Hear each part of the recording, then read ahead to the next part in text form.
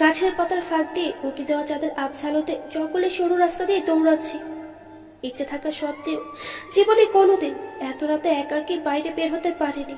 এই ঘন জঙ্গলে একাকী দৌড়াতে গিয়ে তবুও আজ এতটুকু ভয় হচ্ছে না আমার। হবেই বা কেন? এই 19 বছরের জীবনে চাওয়া কাঙ্ক্ষিত কোনো জিনিস প্রাপ্তির লোভে যে পার্থিব কোনো কিছুই ভয়ের ঊর্ধ্বে। কানে বাজছে শুধু সেই গন্তব্যের আহ্বান স্বর। মাঝরাতে চারটা এতটাই কিরণ ছড়াচ্ছে আজ যে বিশাল গাছ ঝোপঝাড়ের আড়াল ভেদ করে তা আমার চলার এক সরু পথটাকে আলোকিত করে দিচ্ছে। বেশ ভালো মতোই সামনের পথটা দেখা যাচ্ছে, তবুও ধ্যান জ্ঞান জুড়ে একটাই বিষয় অনুসরণ করার মতো 10-12 জনের উলুধ্বনি আর তার প্রতিধ্বনি। আর সেটাই আমার গন্তব্য। সেই শব্দের উৎস অনুসন্ধানে আমার লক্ষ্য। চোখে মুখে একরাশ উচ্ছ্বাস নিয়ে গোলজামাটা উঁচু করে ধরে ছুটছি আমি। ছুটে চলেছি সেই শব্দের দিকে। কোনো কিছুর কথাই মাথায় আচমকায় আলো পথের রাস্তাটার মাঝে গিয়ে এসে দাঁড়াতেই তার বুকের সাথে বাড়ির লেগে 4 পা পিছিয়ে যায়। লক্ষ্যচ্যুত হওয়ায় প্রচন্ড রাগ বেরিয়ে আসছিল। তখনই আরমান, কে রে? কিছুটা দূরে কারো গলা উঁচিয়ে বলা কথাটার সাথে সাথে উলুধ্বনি শব্দ থেমে যায়। হুঁশে ফিরে আমি। অচেনা জায়গা, প্রায় মধ্যরাত, ঘন জঙ্গল, একা একটা মেয়ে আমি। সামনের মানুষটা হাতের ফোনের ফ্ল্যাশ অন করে নিচের দিকে ধরে কেমন জানি স্তব্ধ হয়ে আমার দিকে তাকিয়ে দাঁড়িয়ে আছে। চাঁদের আলোটাকে কোনো এক পাতা একটু আড়াল করতে চেয়েছিল তার মুখের উপর থেকে, পারেনি। দুটো গভীর চোখের চাউনি, কপালে পড়ে থাকা চুল আর একটু বাঁকানো ভ্রুযুগল চাঁদের আলোতে স্পষ্টভাবে দৃষ্টিগোচর হচ্ছে আমার। গালের উপর অন্য কোনো পাতার ছায়া, তবুও হালকা চাপ দাঁড়িয়ে আছে, বোঝাই যাচ্ছে। বেশ লম্বা দেহী মানুষটা। অপতমস্তক পর্যবেক্ষণ করেছে তাকে, কিন্তু তিনি এখনো ওভাবেই দাঁড়িয়ে। পাতার মর্মর আওয়াজ কানে আসতেই বুঝলাম কেউ এদিকেই আসছে। নিচের মুখে হাত দিয়ে চোখ বাঁধে সারা চেহারা ঢেকে বাঁধা ওড়নাটা তাড়াতাড়ি ঠিক করে নিলাম। এতটা দৌড়ের পরেও তা বর্তমান থাকবে, তা যথেষ্ট অস্বাভাবিক। সামনের মানুষটা ওভাবে ঠাউরে দাঁড়িয়ে থাকলেও এবার ভয় করছে আমার। ভয়ের অনেকগুলো কারণ মনে পড়ে গেছে। ভেবেছিলাম যে উদ্দেশ্য হাসিল করতে এসেছি, সে কারণেই এত রাত এখানকার কেউ এদিকে আসবে না, তাই আত্মসম্মানটা নষ্ট। কিন্তু এই লোকের গেটআপ দেখেই বোঝা যাচ্ছে উনি স্থানীয় নন। আবার যিনি এসেছেন ওনার কথা তো তাই মনে হচ্ছে। তাই নিজে সমর্ম রক্ষা করতে পারবো কিনা সে ভয় পাচ্ছি। কিন্তু এই লোক তো এখনো চুপ। তাহলে কি উনি ভালো মানুষ? কয়েনের উল্টো পিঠও আছে। যদি এরা ভালো লোকও হয় তবেও সমস্যা। নির্ঘাত অবলম্বনে ভেবে সহমর্মিতা দেখাতে বায়োডাটা জানতে চাইবে, বলবে চলো বাসায় পৌঁছে দেই। সেক্ষেত্রে বাসায় ঠিক রিটকার স্কেল কত মাত্রার কুরুক্ষেত্র লাগবে তা জানা আছে আমার। তাই সব দিক বিবেচনায় এখান থেকে পালানোই বেস্ট অপশন। নিজেকে বাঁচাতে দৌড় লাগাতে উদ্যত হলাম। আবারও জামাটা উঁচু করে যেই না পেছনে ফিরতে যাব, কোন এক বন গাছের কাটার সাথে হাত লেগে কেটে গেল। ব্যথায় আ শব্দ করে আরেক পাশে মানুষটার দিকে তাকালাম। সে হন্তদন্ত হয়ে এগোতে লাগলো আমার দিকে। এক মুহূর্ত না দাঁড়িয়ে দৌড় লাগালাম আবার। সেই মানুষটাও ছুটছে আমার পেছনে। পেছন থেকে আওয়াজ আসছে, হেই দাঁড়াও, কে তুমি? দাঁড়াও বলছি, থামছো না কেন? আমি তবুও দৌড়াচ্ছি। উনি চেঁচিয়ে বলছেন, আমি তোমার কোনো ক্ষতি করবো না, দাঁড়াও, হেল্প করবো তোমাকে। ওয়েট, আরে এভাবে দৌড়ালে আরো বিপদে পড়বে তো। আমি বাসায় পৌঁছে দেবো তোমাকে। বাসায় পৌঁছে দেবে? আরে ও জন্যই তো পালাচ্ছি। বাসায় একবার জানলে আমাকে একদম চিড়িয়াখানার মতো খাঁচে পুড়ে দেবে। পিছু ছাড়েন না আমার, আমারটা আমি বুঝে নেব। কোণের উপরে হাতে ছিঁড়ে গিয়ে রক্ত ঝরছে। এখন আমার দিক ভ্রম পরিপূর্ণ। কোন দিকে যাচ্ছে জানি না, তবে এই মানুষটার হাত থেকে বাঁচতে হবে। একটু খাত দেখে মোড় নিয়ে ঝোপের আড়ালে লোকালাম। লোকটা হাঁপাতে হাঁপাতে ওখানেই থামলেন।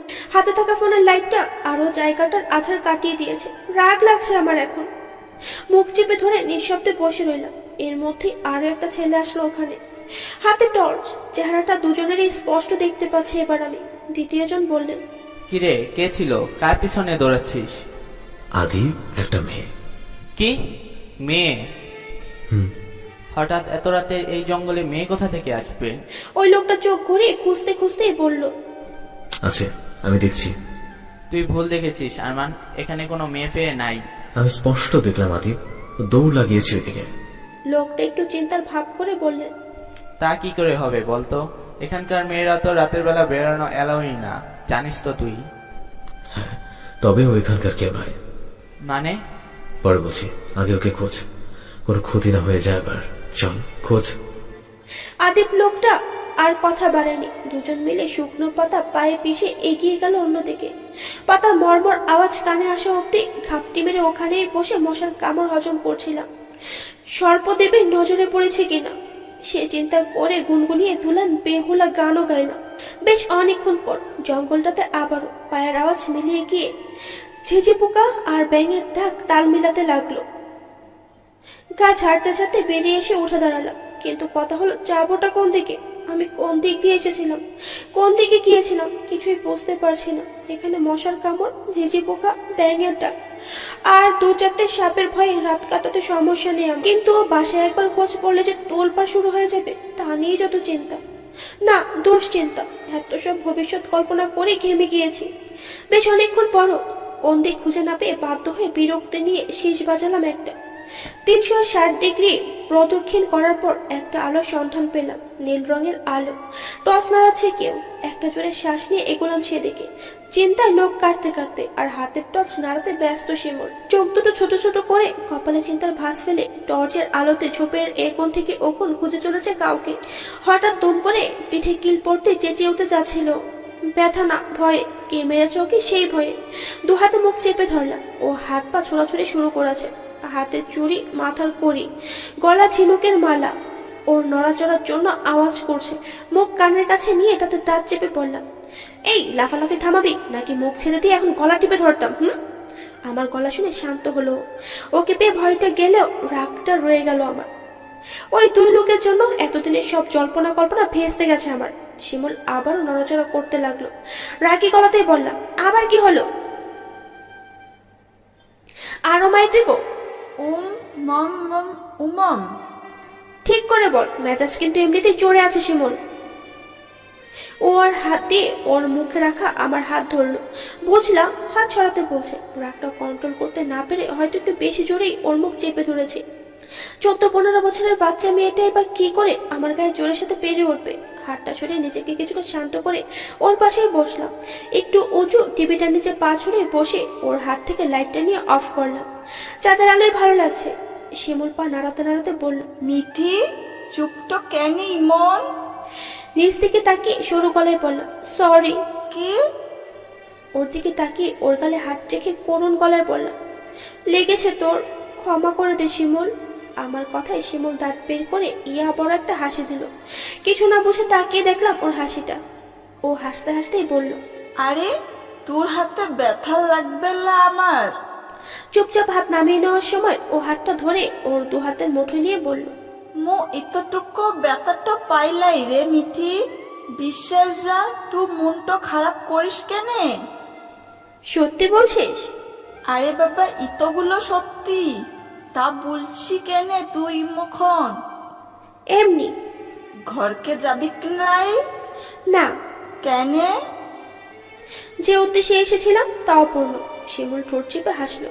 দেখলাম আমি কিছু না বলে নিজ দিক তাকিয়ে বসে রইলাম। কিছুক্ষণ পরে শিমুল আমার হাত ধরে কাটা জায়গাটা দেখে ব্যস্ত হয়ে বলল, এখানে রক্তটো কিসের মিঠি? কি হচ্ছে? এক পলক তাকিয়ে হাতটা দেখলাম। সাদা হাতা ছিঁড়ে রক্তে ভিজে অনেকটা জোরে লাল হয়ে আছে। কেটেছে কম, কিন্তু রক্ত পড়েছে বেশ অনেকটা। ফুল? আমি চুপ থাকলাম। শিমুল পায়ের নিচ থেকে কয়েকটা দুবরা ঘাস তুলে দাঁতে পিষে কাটা জায়গায় লাগিয়ে দিতে দিতে বেশ রাগী গলায় বলল, আজ চলটো টু ঘট্ট। আমার আকাশ পাতাল সব জেদের কারণেও এখনো অব্দি শিমুল এতটা রেগে কথা বলেনি আমার সাথে। তার গলার সুর শুনে অবাক হয়ে ভ্রু কুচকে তাকালাম। কি ওভাবে কি দেখছিস তুই? আজ চল ঘরকে। তোর কোনো কথাটা শুনবো লাই। তুই এসব উল্টো পাল্টা চিন্তা করাটা বার করে দিব। কি হয়েছে বলবি তো? কি হইছে? কি হয় লাই? তুই নাগর ছাইলটো দেখার লাগে যেতটা করছিস বুঝলাম। ওসব ভাবেটাও লাই মুদের শুনিলি তো না? আবার ইত রাইট তো এই জঙ্গলটাও আসলি, বারণটা করলাম তাও শুনলি না। এখনই তো হাতটা। ওর কথাই বুঝলাম বেবি হাত কাটা নিয়ে রুষ্টিত। কতটা কেয়ার করে আমারও তা আবারও অনুভব হলো। মামার বাসায় দুবেলা খাওয়া জোটাতে কাজ করতে নাকি এসেছিল মা হারানো মেয়েটা। মামা বলে দিয়েছেন কাজ ছাড়াই ও খাবার পাবে। হতো তাই মামিকে রান্নার সময় এটা ওটা এগিয়ে দিয়ে নিজের আর বাবার জন্য খাবার নিয়ে যায় ও। ওর বাবা নাকি নেশায় ভূত হয়ে সারাদিন পড়ে থাকে। এখানকার উপজাতিদের মধ্যে একজন হওয়া সত্ত্বেও ওর চোখে প্রথম দিনই আমি কেমন যেন অন্যরকম কিছু দেখেছিলাম।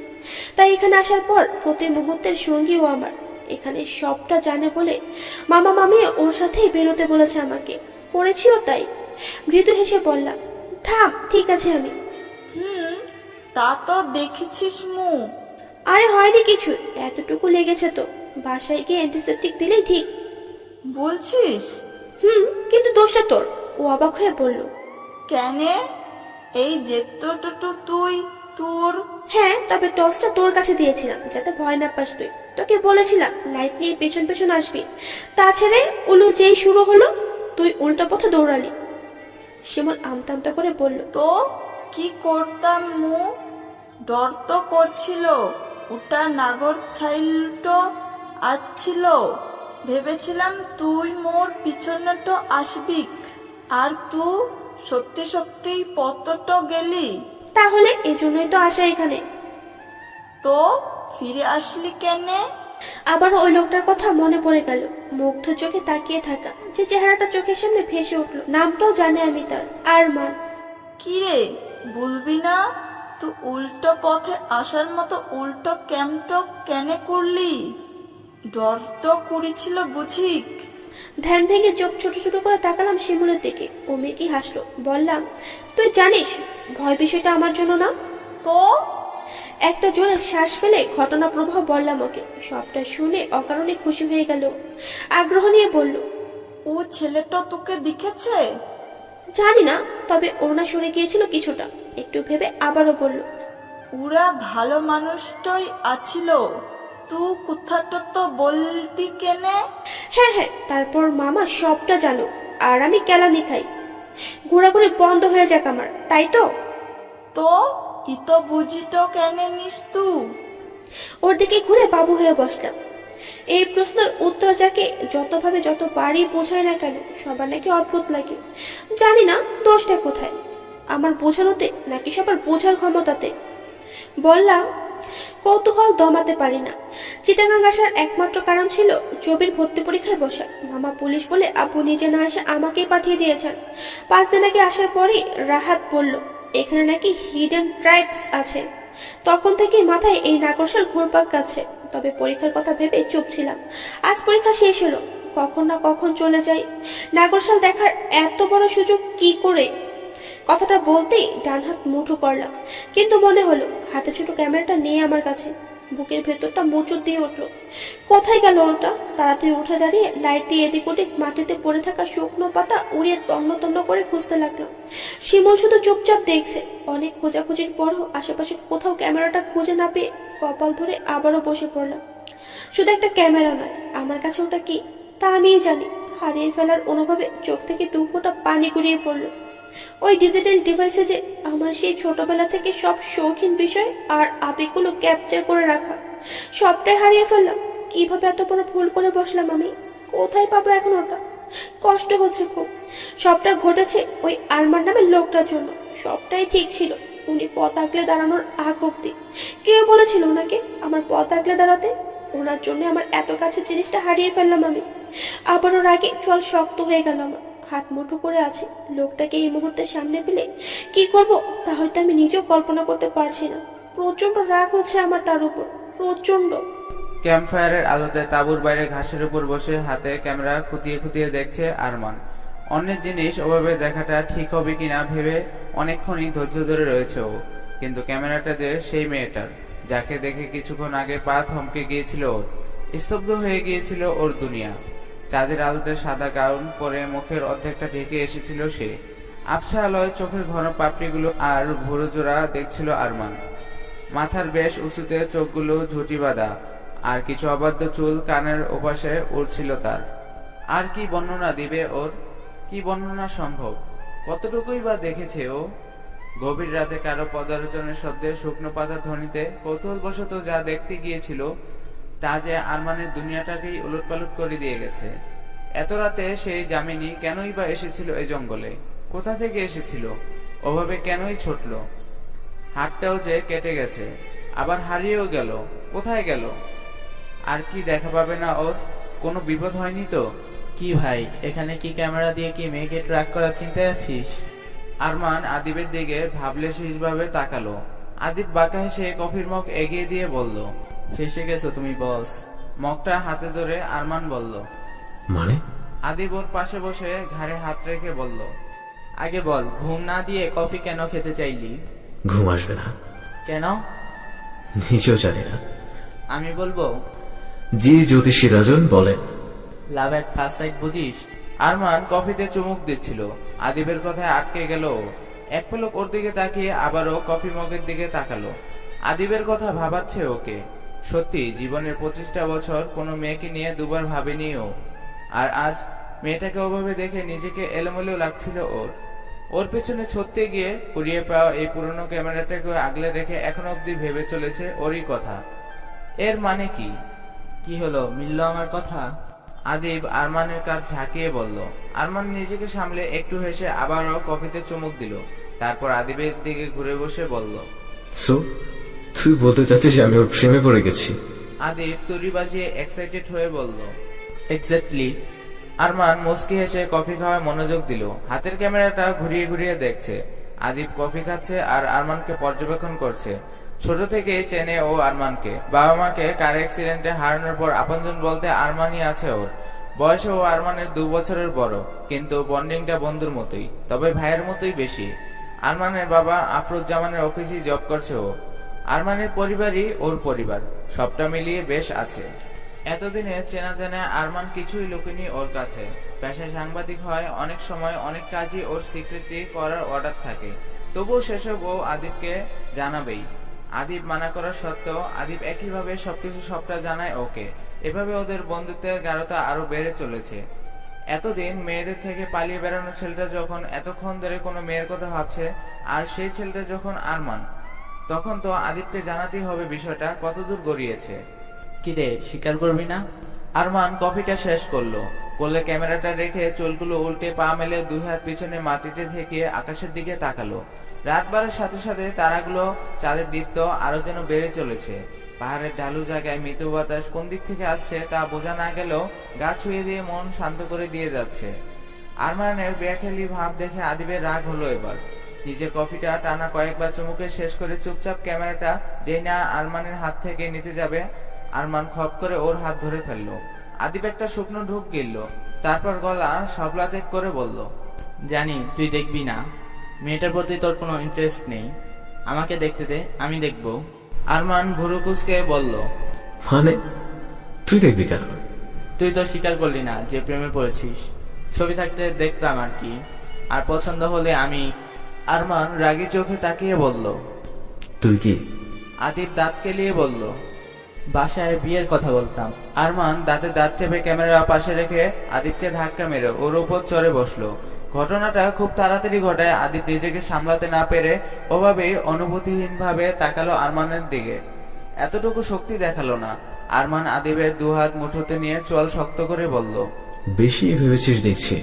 আদিব বুঝলো ব্যাপারটা। ঠোঁট টিপে হাসি থামিয়ে বলল, এনি প্রবলেম? কি সমস্যা? আমার ওকে চাই। আদিব হু হা করে হেসে উঠল, বলল, তোকে এই কথাটা বলতে এত কিছু করতে হলো আমাকে? Like seriously? যে তুই কথার মধ্যে কোনো সাপ্রেশন পছন্দ করিস না। কি রূপ দেখাইলাম মামু। তার মানে প্রেম ভালোবাসার বেলায় সবাই এক, বলতে গিয়া পালাই পালাই। আরমান চোখ ছোট ছোট করে বলল, তার মানে তুই? জি, তোর বিয়ের কথা বলছি, এজন্যই দেখতে চেয়েছি। আরমান এবার আদিবের কথার উদ্দেশ্য বুঝলো। আদিবকে ছেড়ে মুচকে এসে সোজা হয়ে বসে ক্যামেরাটা হাতে নিয়ে বলল, ছোট ভাইয়ের বউ হয় ও তোর টাফার, দেখবো আমি। আরমানের কথা শুনে শুয়ে শুয়ে হাসতে হাসতে গড়াগড়ি খাচ্ছে আদিব। এভাবে প্রতিবারই আরমানের কথা আর কাজের মধ্যে ইউনিক প্রসেস খুঁজে পায় ও। তবে আজকের বিষয়টা আলাদা। হাসি থামিয়ে আরমানের মুখের দিকে তাকালো ও। ক্যামেরাটা ধরে মন খারাপ করে বসে আছে। আদিব উঠে গিয়ে ওর কাঁধে হাত রেখে বলল, কিরে, অমন মুখ করে বসে আছিস কেন? আরমান ঘাড় ঘুরিয়ে বলল, ওর কোনো বিপদ হয়নি তো আদিব? আদিব চোখ টিপে মাথা নাড়িয়ে বুঝালো ওকে শান্ত হতে, বলল, তুই ওর ড্রেস আপ দেখে বুঝেছিস ও এখানকার কেউ না। আবার এত রাতে বাইরে জঙ্গলে এসেছে। আই থিঙ্ক মেয়েটা এখানে ঘুরতে এসেছে আর একটু বেশি অ্যাডভেঞ্চার পছন্দ করে। তোকে দেখে দৌড়িয়ে পালিয়েছে, তার মানে ও যথেষ্ট সেলফ প্রোটেক্টিভ। এসব মেয়েরা চঞ্চল স্বভাবের হয়, ওরা নিজেদের সেফটি বুঝে নিতে পারে। আরমান আরমান কিছুটা স্বস্তি পেল যেন। ক্যামেরাটা বুকে আঁকড়ে ধরলো শক্ত করে। আদিব বলল, তুই এইসব টেনশন স্যার, ক্যামেরাটা চেক কর, চিন্তা হবে, দেখতেও তো হবে, তবেই তো। তবেই তো। সি এসেছিলি আর্টিকেল কমপ্লিট করতে, মনোযোগ দিয়ে থিসিস লিখতে বসবি, তার আগে এই মেয়ে হুট করে এসে তোর মন নিয়ে পালালো। এবার তো এর একটা বিহিত করতেই হবে নাকি? আরমান বুক থেকে সরিয়ে ক্যামেরাটা সামনে নিল। অদ্ভুত অনুভূতি হচ্ছে ওর, অপরিচিত ও এমন অনুভূতির সাথে। হাত কাঁপছিল ওর, তবু মনকে শান্ত করতে ক্যামেরার ছবিগুলো দেখতে অন বাটনে চাপ দিল। রাগে গা রিরি করছে আমার। বাসা থেকে বেরোনোর সময় দেখেছিলাম 10:30 বাজে। এখানে আনুমানিক দম মেরে বসে আছি আধা ঘন্টা হলো। ঘড়ির কাঁটা নির্ঘাত 12টা 12:30 বাজে। শিমুল এতক্ষণ বসে বসে আমার রাগটাই দেখে যাচ্ছে, কিছু বলছে না। এবার সরু গলায় বলল, কি হয়েছে? তীক্ষ্ণ চোখে তাকালাম। ও চমকে উঠলো কিছুটা। চোখ নামিয়ে বললাম, শিমুল, আমার ক্যামেরাটা হারিয়ে গেছে। কি? ওটা কেমনে খোয়া দিলি তুই? ওই লোকটার সাথে ধাক্কা লেগেই পড়ে গেছে হয়তো। কিছুক্ষণ চুপ থাকলো ও। তারপরও বলল, ও যা হবার হয়েছে, এখন ঘর তো চল। আমি কাঁদো কাঁদো ভাবে তাকালাম ওর দিকে। ও বলল, এখানে বসে থাকলে পাবি না তুই ওটা। কথা সত্য। নিজেকে শক্ত করে উঠে দাঁড়ালাম। শিমুলও দাঁড়িয়ে গিয়ে বলল, যাবি? হুম। চল। আর এসব ভুলটো তো যা। পা চালিয়ে হাঁটতে হাঁটতে বললাম, কিচ্ছু বলবো না। আমার ক্যামেরা না পাওয়া, নাগারশাল না দেখা, আর ওই লোকটার ব্যান্ড না বাজানো অব্দি আমি চিটাগাং ছেড়ে যাচ্ছি না। শিমুল পিছনে লাইট নিয়ে আসছিল। লাইট নাড়াচাড়া থেমে গেছে, তার মানে ও দাঁড়িয়ে গেছে। বিরক্তি নিয়ে পেছনে ফিরে বললাম, যা বলেছি তাই করব, আর তুইও থাকবি এসবে। এখন চল, নইলে আগে আগে তোর বাড়ি গিয়ে তোর বাবাকে বলবো তার মেয়ে নিখোঁজ। শিমুল চোখ বড় বড় করে আমার দিকে তাকালো। এই পাহাড়ি এলাকায় রাত 11টা মানে গভীর রাত। অত রাতে ওর বাড়িতে গিয়ে স্বর্ণের ঘরে জ্বালানা দিয়ে ওকে বের করে না পাবলিকটা আমি। এখন আমি এসে বলছি, থ্রেট দিচ্ছি। মেনে নিতেও ওর সময় লাগাটা স্বাভাবিক। ভ্রু নাচি কি হলো বোঝাতেই ও পা চালিয়ে আমার পাশে এসে দাঁড়ালো। টর্চের আলোতে জঙ্গল পার করে আদিবাসী এলাকায় পৌঁছাতেই ওটা অফ করে দিলাম। ছোট ছোট বাড়িগুলো লণ্ঠনের আলোতে শিমুলের বাড়ি পৌঁছে জ্বালানা দিয়ে ওকে ওর ঘরে ঢুকিয়ে দিলাম। তারপর মিনমিনে পায়ে পৌঁছালাম মামা বাসা। একতলা বাসার বাউন্ডারিটা টপকানোর জন্য আগে ইট রেখে গিয়েছিলাম। তারপর পেছনের দিক দিয়ে ছাদে আটকানো দড়ি পেয়ে ছাদ টু রুম পৌঁছালাম। ড্রয়িং রুমে দেখলাম ঘড়িতে 1:30টা বাজে। আর মামা মামি রাহাত সবার রুমে লাইট অফ, তার মানে সবাই ঘুমিয়েছে। যাক, ভালোই হয়েছে। স্বস্তির নিঃশ্বাস ফেলে রুমে ঢুকলাম। হাতের কাটা জায়গাটা ঠিক মতো পরিষ্কার করে ওষুধ লাগিয়ে নিলাম। ক্যামেরাটা হারানোর কষ্টটা বাড়ার আগেই বিছানায় গায়ে লিয়ে দিলাম। শিমুলকে বলে আসা কথাগুলো কিভাবে পূরণ করব তা ভাবতে ভাবতে রাতের ঘুম নেমে আসলো আমার চোখে।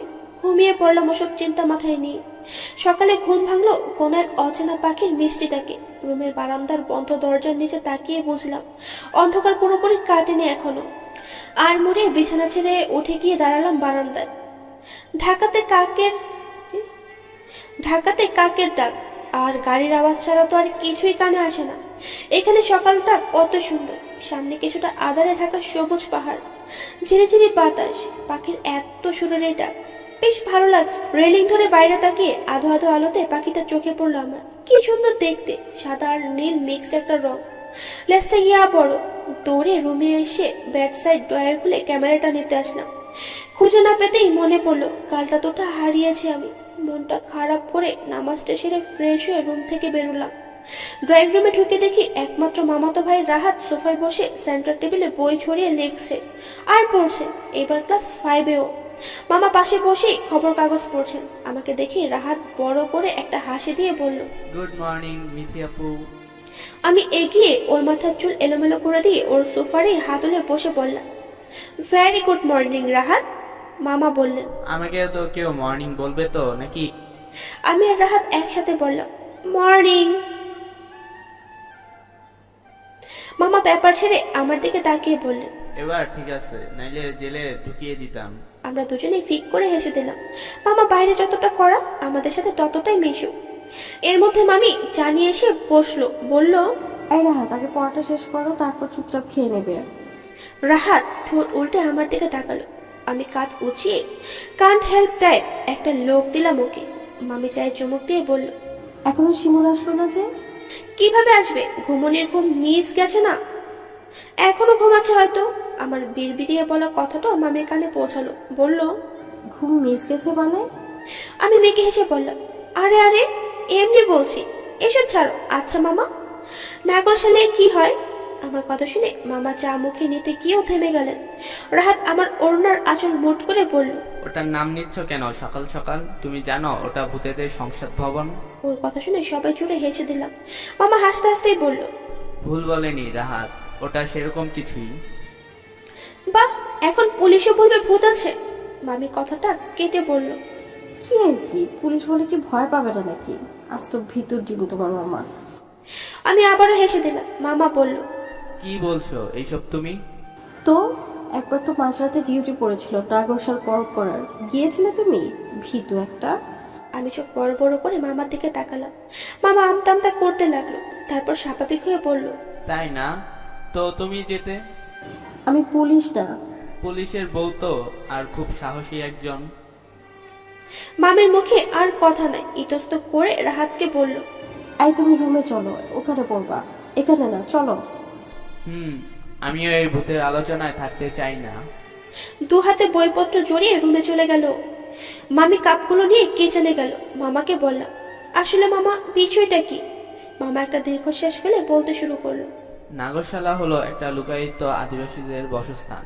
ওরা নিজেদের অস্তিত্বর কথা কাউকে জানান দিতে চায় না।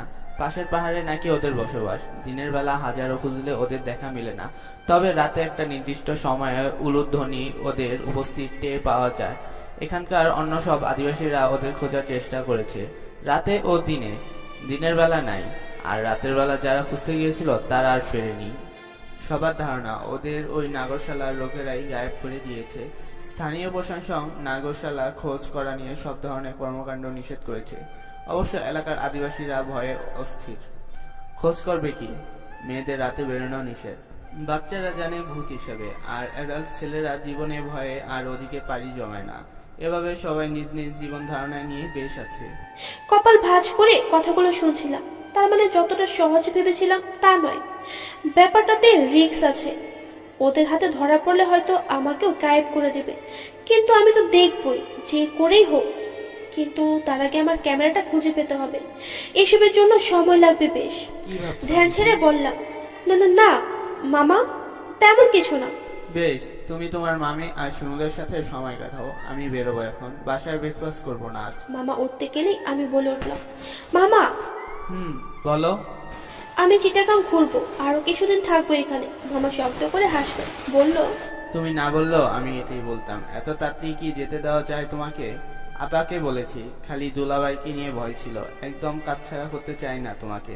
তারপরও জানি, বাট আই উইল ম্যানেজ। আমি ম্যানেজ করে নিয়েছি অলরেডি। তুমি কথা বলে নিও। তুমি থাকছো এখানে। খুশিতে মনটা ভরে উঠলো নিমেষে। হেসে বললাম, থ্যাঙ্কস মামা। মামা উঠে দাঁড়িয়ে বলল, no need, enjoy your vacation. মামা রেডি হতে চলে গেল। দু হাতে তালু ঘষে চোখ ছোট ছোট করে বাঁকা হাসলাম। এবার যখন এখানে আছি আমি, না ক্যামেরা রেখে যাব, না নাগরশাল ছাড়বো, আর না আপনাকে মিস্টার আরমান। সবটা চপাট করে দিয়েছেন আপনি। ঠিক খুঁজে বের করে হিসেবটা মিটিয়ে নেব। মিথি আজ অব্দি কাউকে ছাড় দেয়নি, দিবেও না। আপনার পাওনাটা আপনাকে বুঝিয়ে দেব mister Arman. Just wait and watch. সকালটা যত সুন্দর, মনটা ততটাই বিষাদময় হয়ে আছে আরমানের। কাল রাতে ভালো লাগার মানুষটাকে দেখবে, চিনবে বলে অসম্ভব উৎসাহ তার ক্যামেরা দেখার জন্য উদ্বুদ্ধ হয়েছিল ও। কিন্তু আফসোস, ক্যামেরাতে সেই মানুষটার একটা ছবিও নেই। গাছের পাতা, শিশির ভেজা ঘাসের ডগা, জানলার কাচের বৃষ্টির ফোঁটা, ঘোলাটে কাছ, মাটিতে কৃষ্ণচূড়া ফুলের অশেষ সমাহার, কোনো নাম না জানা পাখির ছবি, আরো কত কি না রয়েছে ক্যামেরাটায়। বেশ পুরনো মডেলের ওটা। ক্যামেরার মালকিন খুব শৌখিনভাবে প্রতিটা ছবি তুলেছে বেশ অনেক আগে থেকেই। বোঝাই যাচ্ছে অল্প বয়স থেকেই যা যা ভালো লেগেছে ওর সবটা ওটাতে ধরে রেখেছে। মেয়েটার ভালো লাগা জানতে পেরে আরমানের ভালো লাগা আরো কয়েক গুণ বেড়ে গেছে। আরো ব্যাকুল হয়ে গেছে ওর মন ওই মেয়েটাকে দেখার জন্য। অস্থির হয়ে উঠেছে আরো ক্ষণে ক্ষণে। ওর যে চাই ওকে, কিন্তু কিভাবে পাবে, কোথায় পাবে, কি করে চিনবে তাকে এখনো? তাঁবু থেকে বেরিয়ে পা বাড়ালো আবার সেই জঙ্গলের দিকে। পাগলের মতো খুঁজতে লাগলো এদিক ওদিক, কিন্তু কোথাও নেই সে। একসময় মাথায় হাত দিয়ে চুল টেনে ধরে মাটিতে পাতার উপর বসে পড়লো ও। কতক্ষণ থেকে যে জানে না, শুধু ক্যামেরাটা চেয়ে চেয়ে দেখছে। ওটাই যে এখন তার তৃষ্ণার্ত মনের একমাত্র সম্বল। বেশ অনেকক্ষণ পর আদিপ হাঁপাতে হাঁপাতে ওর সামনে এসে দুম করে বসে পড়ল। একটা জোরে শ্বাস নিয়ে বলল, কিরে, তুই দেখি এখনই দেবদাস হয়ে গেছিস ইয়ার। এইসব কি? আরমান সোজা সাপটা বলল। I need her. ওর নির্লিপ্ত গলায় অবাক হয়ে হা করে তাকিয়ে আছে আদিপ। কিছুক্ষণ আটকে থেকে বলল, কি এমন দেখলি ওই ক্যামেরায়? এতই সুন্দরী দেখতে, এভাবে পাগল বানিয়ে দিয়ে গেল তোকে? ক্যামেরা তোর কোনো ছবি নেই আদিপ, যা আছে তাতে ওর কোনো খোঁজ পাওয়া সম্ভব না। আদিপ কপালে চিন্তার ভাঁজ ফেলে চুপ করে রইল। আরমান আচমকাই চেঁচিয়ে বলে উঠল, ওকে হারাতে দেব না আমি। I want her at any cost. আদিপ কাঁধ ধরে আরমানকে শান্ত হতে বলল। আরমান কাঁপছে, কি হয়েছে ওর নিজেও জানে না, কি বলছে তা ওর আয়ত্তের বাইরে। আদিপ বলল, দেখ, ওকে পেয়ে যাব আমরা। এই ক্যামেরাটা কার সেটা খুঁজলেই তো হয়। আর এখানে সব আদিবাসী, সো স্থানীয় কোনো মেয়ের কাছে অবশ্যই এইসব থাকবে না। তুই শান্ত হ, খুব তাড়াতাড়ি ওকে খুঁজে পাবো। ওকে, দেখিস। আরমান হোশে ফিরল যেন। এতক্ষণ কি বলেছে, কি করছে, সবটা খালি মাথায় আবারও ঘুরপাক খাচ্ছে। নিজেকে সামনে উঠে দাঁড়ালো। আদিবের সাথে টেন্টে ফিরে কল লাগালো বাড়িতে। হ্যালো, হ্যাঁ ভাই বল, কেমন আছিস? ভালো। তোরা সবাই? ভালো। তা এত সকাল সকাল ফোন করলি যে? আরো আম্মুকে ফোন দে তো। কেন বলতো? তোকে বলবো কেন রে? আম্মুকে ফোন দে। বল না, আবার এটা বলিস না। সিরিয়ালের সাংবাদিক নায়কদের মতো তুইও ওখানকার কোনো উপজাতি মেয়েকে বিয়ে করে বাসে আনছিস। একদম ঠিক বুঝেছিস তুই। দে আম্মুকে ফোন দে। আমি সত্যি বিয়ে। আরিশার কাছ থেকে ফোনটা কেড়ে নিলেন মিসেস জামান। উৎফুল্ল কণ্ঠে বললেন, সত্যি বলছিস আরমান? বিয়ে করেছিস তুই? দে দে দে, বৌমার কাছে ফোনটা দে। আমি তো। আম্মু থামবা তো নাকি? বলতে তো দাও। তুমিও দেখছি আরোর মতোই। আগে বৌমাকে দে, তোর সাথে পরে কথা বলছি। আরমান দীর্ঘশ্বাস ছাড়ল। ওর বিয়ে নিয়ে বাসার সবাই এতটাই চিন্তিত যে এমনটা করে সব সময় বিরক্ত হতে আর বিরক্ত লাগে না ওর। আম্মু বিয়েটাই করিনি আমি, আরোর কাছে এমনি বলেছি জাস্ট। মিসেস জামান মুখটা কালো করে বললেন, কোথায় উঠেছিস? টেন্টে। তোদের বলেছিলাম শামিমার বাসায় যেতে, ওখানে তো গেলেই না। হোটেলেও উঠিসনি। ধুরু, বান্ধবী তোমার, আমার না। আর আম্মু যে কাজ এসেছি সেটাতে তাবু গেড়ে কাজ করার মজাটাই আলাদা। আর অনেক কাজ আছে যা বোঝাতে পারবো না তোমাকে। ফোন রাখ। আরে আমি কিনা তোমার খোঁজ নিব বলে ফোন করলাম, তুমি এমন করছো। একটাবার বলবো না কেমন আছিস? আদিব কেমন আছে? আরমানের কাছ থেকে ফোনটা ছো মেরে নিয়ে আদিপ কথা বলতে শুরু করলো। কি বলল তা কানে আসেনি আরমানের, তবে ও আর কথা বলতে পারেনি। ওর পরিবারের সবাই আদিপকে এতটা ভালোবাসে, এ নিয়ে অনেক খুশি ও। কথা শেষে আদিপ বলল, চল খেয়ে দিয়ে মেয়ে অনুসন্ধান করতে বেরিয়ে পড়ি। আরমান হেসে বলল, চলো। কাঁধ ধরাধরি করে দুজন ব্রেকফাস্ট সেরে নিয়ে বের হলো। উদ্দেশ্য এলাকা ঘুরে দেখা আর সেই মেয়েটাকে খোঁজা। আপাতত ক্যামেরার কাজ সেটাই একমাত্র মূল ওদের কাছে। তাদের খুঁজে পাবে এমনটা আশা নিয়ে বেরিয়ে পড়লো দুজনে। বাসায় ব্রেকফাস্ট সেরে বেরিয়ে পড়েছে শিমুলদের বাড়ির উদ্দেশ্যে। হাতে টিফিন বক্সে খাবার নেই। মেয়েটা আজ এখনো আসেনি। মামি রাহাতকে নিয়ে কোথাকার এক টিচারের বাসায় গেছে খোঁজে নেই। আমার দিনের বেলা বেরোনোটাতে কোনো বাধা নেই। একা বাসায় কি করব, আর শিমুলটা সাথেই থাকে। এসব ভেবে মামা মামি মানা করে না আমাকে। আরেকটা কারণ আছে মানা না করার, আমি বরাবরই একটু জেদি। মানা করলে সেই কাজটা করার জন্য উঠে পড়ে লাগি। তাই যারা আমার এই স্বভাবের সাথে পরিচিত তারা সহজে মানা করে না কিছুতেই আমাকে। চিটাগাং এসেছি 4 দিন হলো, বেরোনি হয়নি সেভাবে। তাই আজ থেকে ঘোরা খোঁজা মিশনে নামবো বলে মনস্থির করে বেরিয়েছি। একটা হালকা মেরুন রঙের গোল জামা, চুড়িদার পরে চুলগুলো উঁচুতে চুটি করে বেঁধে বেরিয়ে পড়েছি। শিমুলদের বাড়ি যাওয়ার পথটা মিনিট 5 হবে। রাস্তার মোড় বেশি, আর রাস্তাটা পাহাড়ের গা বেয়ে এদিক ওদিক ঢালু। পাহাড়ের গায়ে অন্য সব আদিবাসীদের ছোট ছোট ঘরগুলোর দিকে তাকালাম। কেউ ঘরের সামনে মোড়ায় বসে ঝড়পাতা বাজছে, কেউ ছোট ছোট মাটির চুলায় রান্না বসিয়ে ফু দিচ্ছে, কেউ কেউ মাটির দেওয়ালে গোবর শুকাতে দিচ্ছে, গরুকে খাওয়াচ্ছে। একদল ছোট ছোট ছেলে মেয়ে রাস্তাতে মার্বেল দিয়ে খেলছে।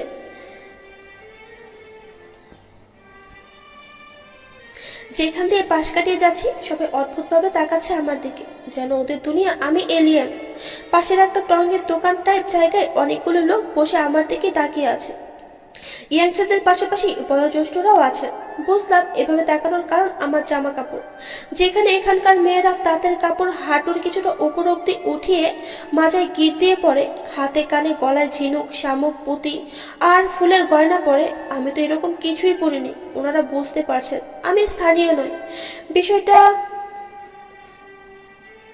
বিষয়টা অড লাগলো আমার। আমি চাই না অনেকের মাঝে অন্যতম হয়ে এভাবে সবার চোখে পড়তে। কিভাবে এটা কাটিয়ে উঠবো ভাবতে ভাবতে দ্রুত পদে শিমুলদের বাড়ি পৌঁছাত। পাহাড় বেয়ে শিমুলদের ঘরের কাঠের দরজায় টোকা মারলাম। দরজাটা খুলে গেল, তাতে ভ্রু কুচকে ভিতরে ঢুকিয়ে দেখি শিমুই মুখে লালা ঝরিয়ে বালিশ ভিজে শব্দ করে ঘুমাচ্ছে। ফিক করে হেসে দিয়ে হাত দিয়ে মুখ চেপে ধরলাম। আশেপাশে তাকিয়ে ওর বাবাকে না দেখে স্বস্তির নিঃশ্বাস ফেললাম একটা। এগিয়ে গিয়ে ওর চুলে টান মারলাম একটা। শিমুল চোখ বন্ধ রেখে হাত পা ছুটতে ছুটতে বলতে লাগলো, মুখে ছেড়ে দে লাভ, ও আসি নাই নিজের মর্জি মতো। ও মিথিলিয়া আইসে মুখে ছেড়ে দে, জীবনেও আসবো এই নাগর সাহিত্য দেখতে।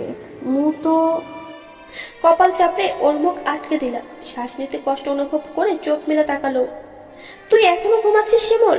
তুই এখানে এখন? চুপ, ওঠ। শিমুল চুপচাপ উঠে বসলো। বাবাকে না দেখে আমাকে বলল, বাট্টু কোথায় রে? এসে দেখিনি। শিমুল জোরে শ্বাস ফেললো একটা। ঘরে খাবার আছে? ও চুল খোপা করতে করতে মেঝেতে বসলো।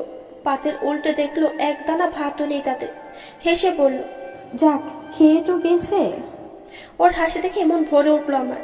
যে বাবা ওর কথা ভাবেন, ও কি খাবে তা তোয়াক্কা না করে নিজেরটা খেয়ে বেরিয়ে গেছে, সেই বাবার জন্য এভাবে ভাবেও।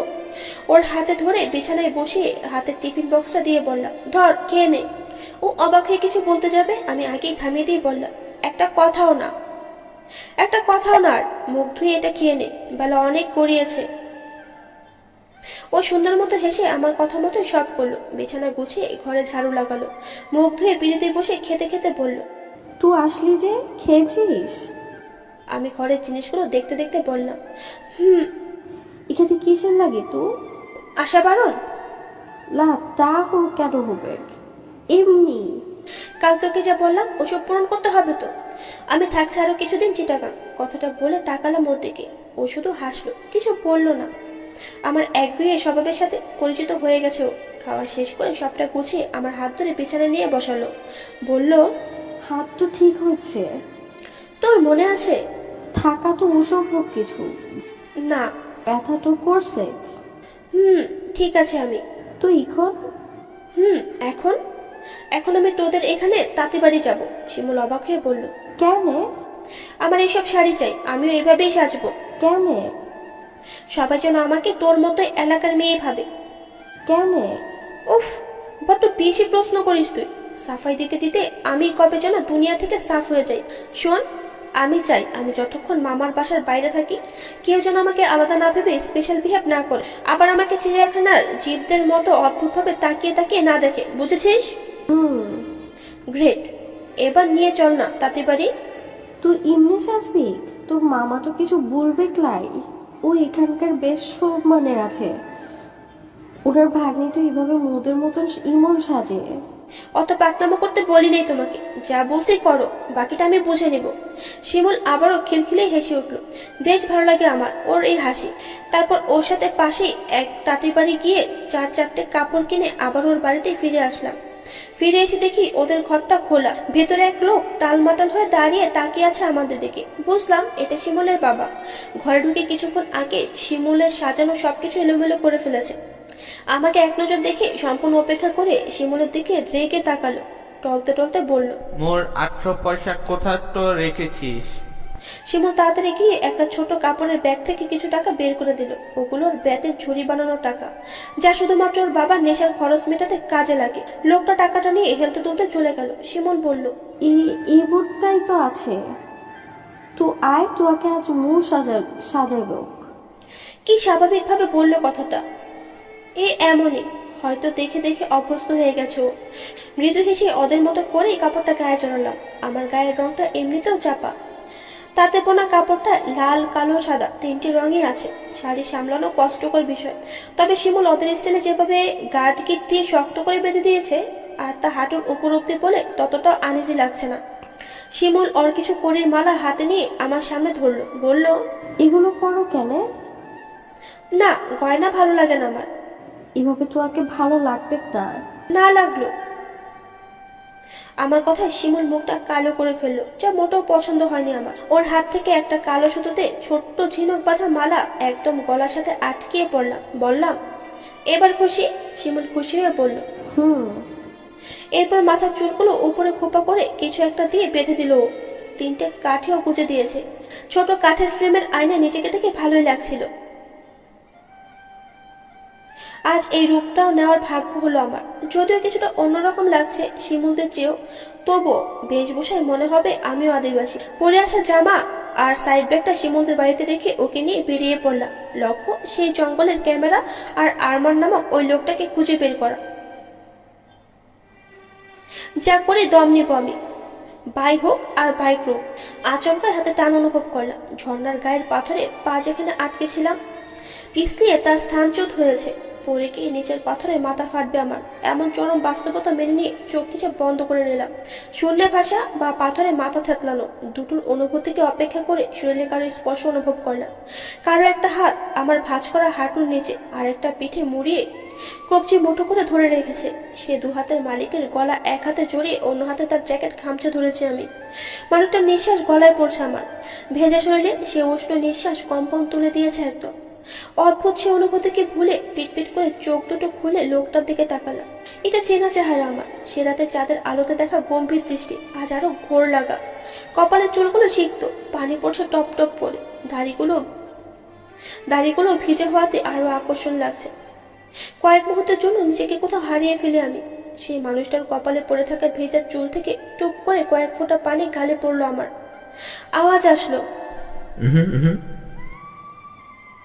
কারো গলা ছাড়া শব্দ বাস্তবে ফিরতে বাধ্য করে আমাকে। ওটা সেদিনের আদিব নামের লোকটার গলা ছিল। চোখ নামিয়ে নিজেকে স্বাভাবিক করে নিলাম। এই লোকটারই গায়ে পড়লাম শেষমেশ? না, গায়ে পড়লাম কই? উনি তো আমাকে টেনে নামাতে গিয়ে ওভাবে ধরেছিলেন। ব্যাস, এবার আর কোনো কথাই নাই। আজকে একদম ধুয়ে দেবো একে। নাগরশাল যাওয়া নিয়ে তো কিছু বলতে পারলাম না, সবাই জেনে যাবে। স্পেশালি মামার কানে গেলে সব শেষ। ওনাকে এমন ব্যবহার নিয়ে কথা শোনাবো এখন। ছাড়া পাওয়ার জন্য নাড়াচাড়া করতে গেলাম। সে লোকের কোনো হেলদোল নেই। বেগে শেষমেশ যে হাতে ওনার জ্যাকেট খামচে ধরেছিলাম সে হাতে ধুম করে একটা কিল বসে দিলাম ওনার বুকে। এভাবে হুট করে বুকে কি লাগিয়ে দিল এই অচেনা মেয়েটা।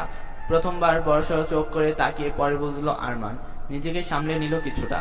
জঙ্গল ছেড়ে পাহাড় পাশ দিয়ে যাওয়ার সময় একটা মেয়েকে ঝর্ণার পাশ দিয়ে পাহাড়ে গা বেয়ে উঠতে দেখছিল।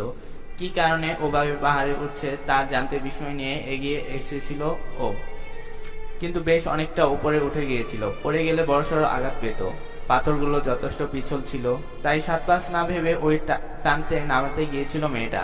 কিন্তু নামাতে গিয়ে এভাবে পড়ে যাচ্ছিল যে কোলে তুলে নেওয়ার ব্যাপারটা আকস্মিকভাবে ঘটে যায়। সর্বাঙ্গ ভেজা, হাঁটুর নিচ অব্দি পরা কাপড়টা আটকে আছে গায়ে।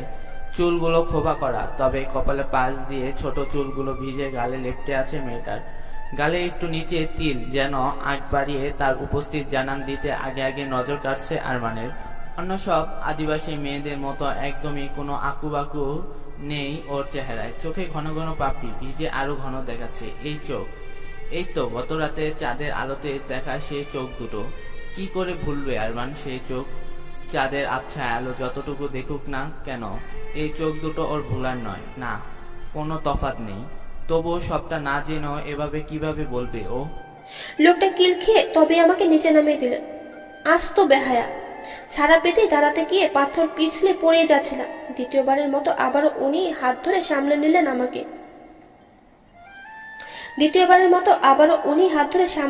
আমাকে। এবার এই ছোঁয়াছুঁই, গায়ে পড়া এসব অসহ্য লাগছে আমার।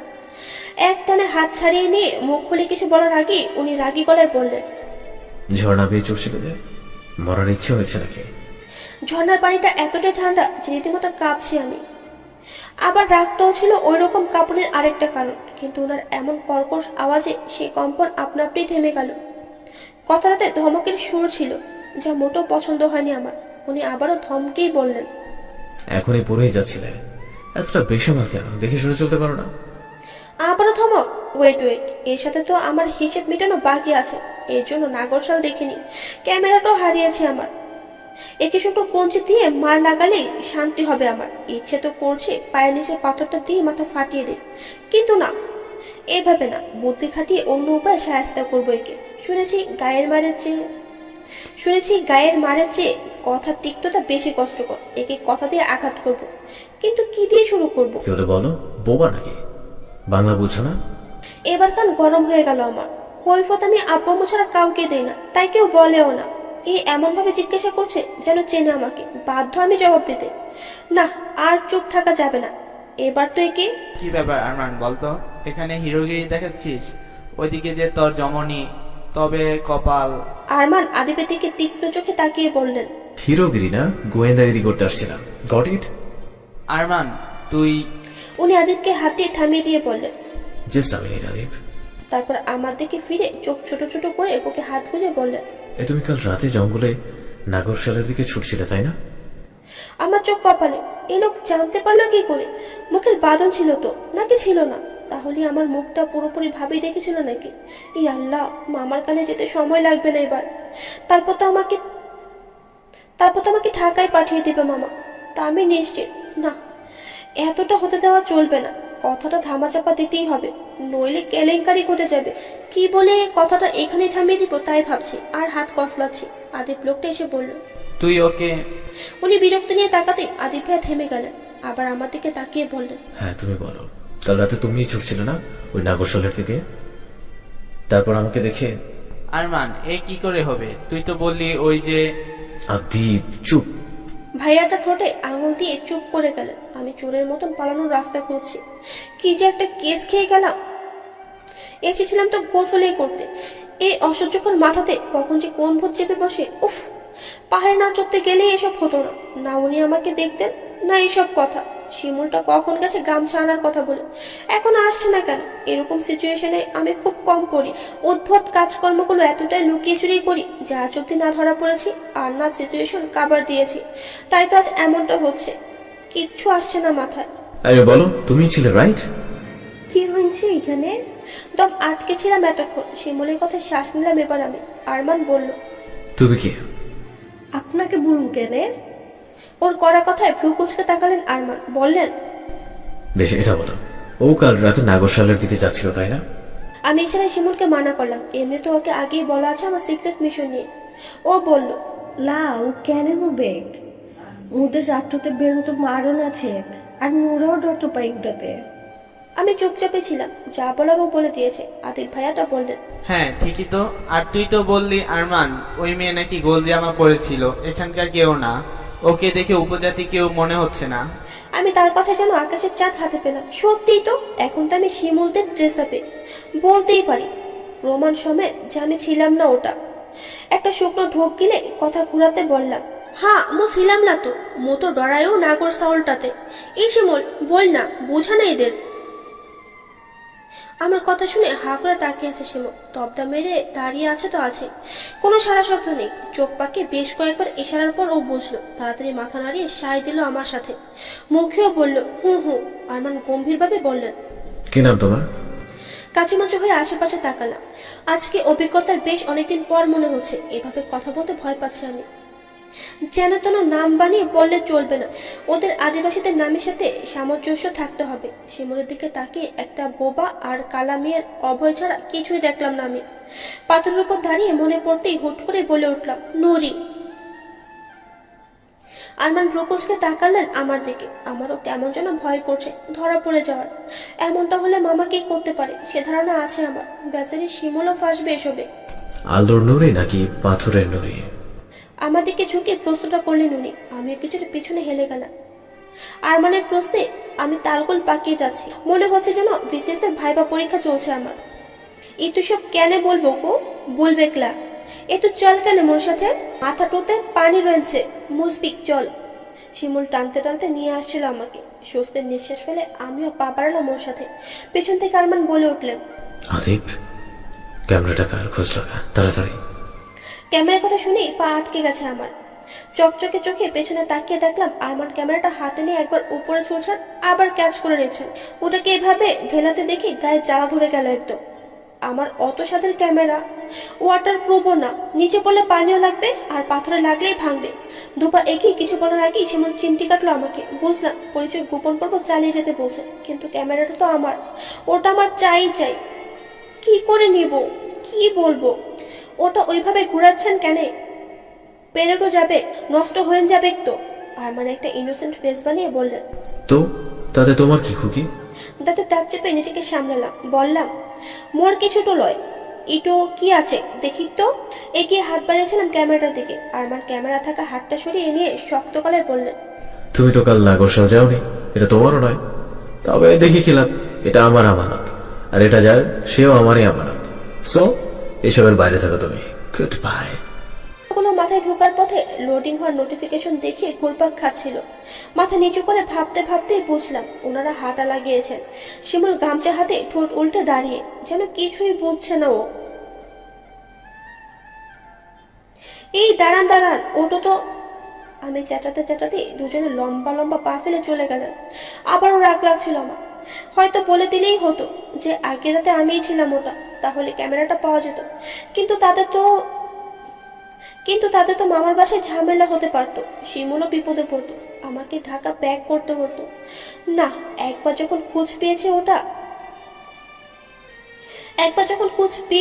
ওটা ওনার কাছে আছে, যেভাবেই হোক হাতিয়ে নেব। তারপর এরও নাজেহাল দশা করব। আর নাগসানও দেখ, ওনারা চোখের আড়াল। আমি খোপা করা চুলগুলো ছেড়ে দিলাম। শিমুলের কাছ থেকে গামছাটা নিয়ে মাথা মুছতে মুছতে বললাম, চল তোর বাড়ি যাই, চেঞ্জ করে বাসায় যাবো আমি, তুই পরে গোসলটা সেরে নিস। শিমুল হতভম্ব হয়ে দাঁড়িয়ে থেকেই বলল, এটা কি হইল? কি? তুই ক্যামেরাটা লিসলাই, ওটা তো তুয়ারি। হ্যাঁ আমারই তো, কিন্তু আপাতত এদের জানতে দেওয়া চলবে না যে আমি কাল জঙ্গলে ছিলাম, তাই না? তুই এখন কি করবি একটু? একদম ভাজা ভাজা করে দেবো ওই লোকের জীবন। মানে তোর মাথা, তোরই মন্ডু। কি করবি কি তুই? চুলগুলো নেড়ে চেড়ে গামছাটা ছুড়ে দিলাম ওকে। হাঁটা লাগিয়ে বললাম, আগে ক্যামেরা নিব, তারপর এদের জব্দ করব, তারপর নাগরশালের লোকদের সাথে ফটোশুট করব, তারপর এখান থেকে যাব একদম আগের প্ল্যানটাই। এই মিথি মুটু মনে তো হচ্ছে কোন লোকটা তোয়াকে কি? লা মানে তুই দেখ ও কি বললো, আর এইভাবে পাগলের মতো খুঁজছে তোয়াকে। তো ও লোক কোনোভাবে তোয়াকে পছন্দ তো করছে না তো? বেশ ভালো মোড নিয়ে হাঁটছিলাম। ক্যামেরা আমার কাছে না হোক, সন্ধান তো পেয়ে গেছে, এখন ওটা আমার হাতে আসাটা ব্যাপার না। কিন্তু শিমলের কথা একরাশ বিরক্তি নিয়ে পেছনে ফিরলাম। এই তোর বয়স কত রে? কেনে বল কত? 15টা শেষ হয়েছে। ওর কানে মোটর দিয়ে বললাম, ভালোই পেকেছো, 15টা শেষ হয়েছে বলে কথা। এই এসব আজগুবি কথা তোর মাথায় আসলো কেন বলতো? কারণ তো ছাড়। আর আজগবি কোথা কোনটা তুই দেখিস লাই ও লোকটা কেমন করছিল, আর তো তোয়াকে ও। কান ছেড়ে দিয়ে কোমরে দুহাত গুজে বললাম, ব্যাস অনেক বলেছিস, আর একটা কথা বলবি তো মায়ের হবে। ও একটু থামলো। আমরা আবারও হাঁটতে লাগলাম। পেছন থেকে শিমুল বলল, পাহাড়টা চড়তে গিয়েছিলিস কিসের লাগি? বিড়বিড়িয়ে বললাম, গোসল করতে গিয়ে মনে হলো বাহুবলীর দিভারা গানের ব্যাকগ্রাউন্ড মিউজিক বাজছে, তাই চেষ্টায় ছিলাম। কি বললি? মানে মন চাইলো চড়ার, তাই চেষ্টা করলাম। এখানে তোর এই ঝর্ণা তো নাইতে গিয়ে পাহাড়টা চড়ার শক্ত রাখলো কেন, অন্যায় হয়েছে? শিমুল চুপি ছিল। ওদের বাড়ি পৌঁছে চেঞ্জ করে আগের জামাটা পরে নিলাম। ওর বাবা তখনও নেই ওখানে। ঘরে দেখলাম শিমুল দম মেরে বসে আছে। চুলটা আরেকটু বাড়ি মেরে বললাম, কি হয়েছে তোর? তুই কেমন মেয়ে আছিস বলতো? মোর বুঝতে কম পড়ছে দিন দিন। এই ঝর্ণা তো এসে ও শহরের মেয়েরা কত রকম গান তো করে, ও মইও শুনছি। আর তুই আছিস পাহাড়টা চড়া নিয়ে। ইয়াপ, দ্যাটস ওয়াই আমি মিথি একটাই। হ্যাঁ, ও তো তুই একটা আছিসই। একটা কথা বলতো একটু সুন্দর করে এই ভাষাটা কেমনে বললি তো? এটা মাম্মিকা জাদু। আম্মুর সিরিয়াল দেখা এই প্রথম কাজে দিয়েছে। মানে? ওসব তোকে বলবো কোনো এক সময়, অবশ্য তোর কথা শুনেও শিখেছি। তুই পারিস? আর শুন, এখন থেকে ময়ূর তোয়ার সাথে এমনি কথা তো বলবো। ও লোকটার কাজটাতে ধরা পড়া যাবে একলা কোনো মতে, বুঝেছিস কেন? ঠিক আছে, তুই যেমনটা চাবি তেমনটাই হবে। কিছুক্ষণ থেকে ওকে নিয়ে মামা বাসায় ফিরলাম। দুপুরে খাবারটাও দিতে হবে ওকে, সাথে আরো 3টে ওইসব কাপড়।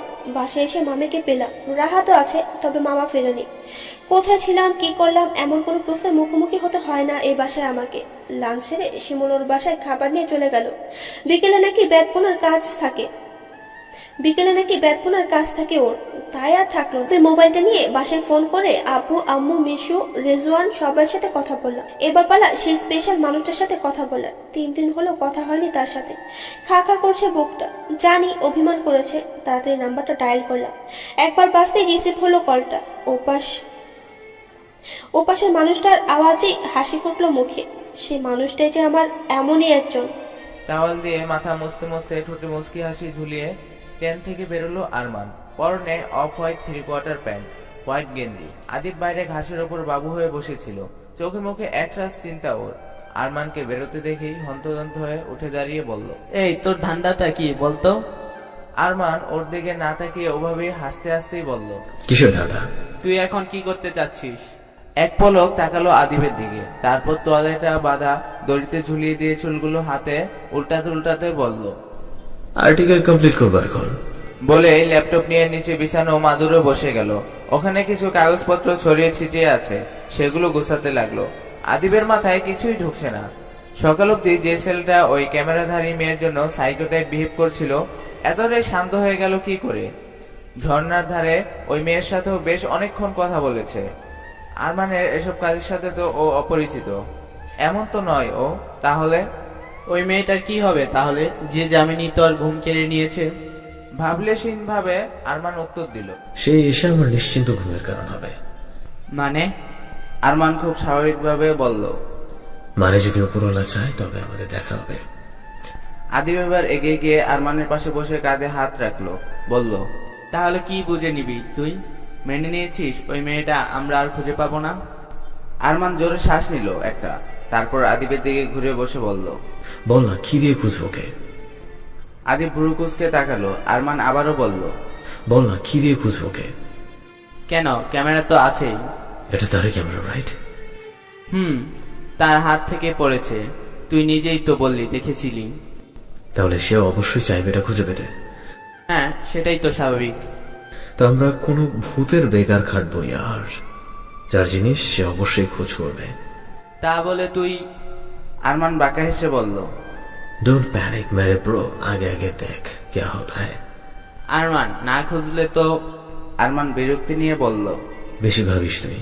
যেসব কাজ করতে যাও, ডিস্টার্ব করিস না তো। লাঞ্চ করতে বেরোবো, কি জানি কপালে খাবার আছে। খাবারের কথা শুনে আদিবেরও মনে পড়লো দুপুরের খাওয়া হয়নি এখনো। সকালে আগের দিন রাস্তায় কেনা কাপ নুডলস খেয়েছে, এবার তো একটা বন্দোবস্ত করতে হবে। আরমান চেয়েছিল নিজেই রান্না করে খাবে, কিন্তু সেক্ষেত্রে বাজারটা তো করতে হবে। তাই এবেলাটায় আর নিজেদের রান্না করা খাবার জুটবে না, এলাকায় বেরিয়ে দোকানে খাবারই খেতে হবে। কিছুটা কাজ সেরে দুজনে বেরিয়ে পড়লো দুপুরের খাওয়ার জন্য। বাহ পাখি, বেশ তো ভুলে গেছো আমাকে। আগে বলো, কেমন আছো? আলহামদুলিল্লাহ, শরীর ভালো আছে। মন খারাপের কারণটা বুঝি আমি। বুঝো তুমি? আপনি প্লিজ, কেঁদে দেবো কিন্তু। আরে আরে, এই পাখি, একদম কাঁদবা না, জাস্ট লেকপুর করছিলাম তো। আমি জানি তুমি এক্সাম নিয়ে ব্যস্ত থাকবে, তাই তো কল করিনি।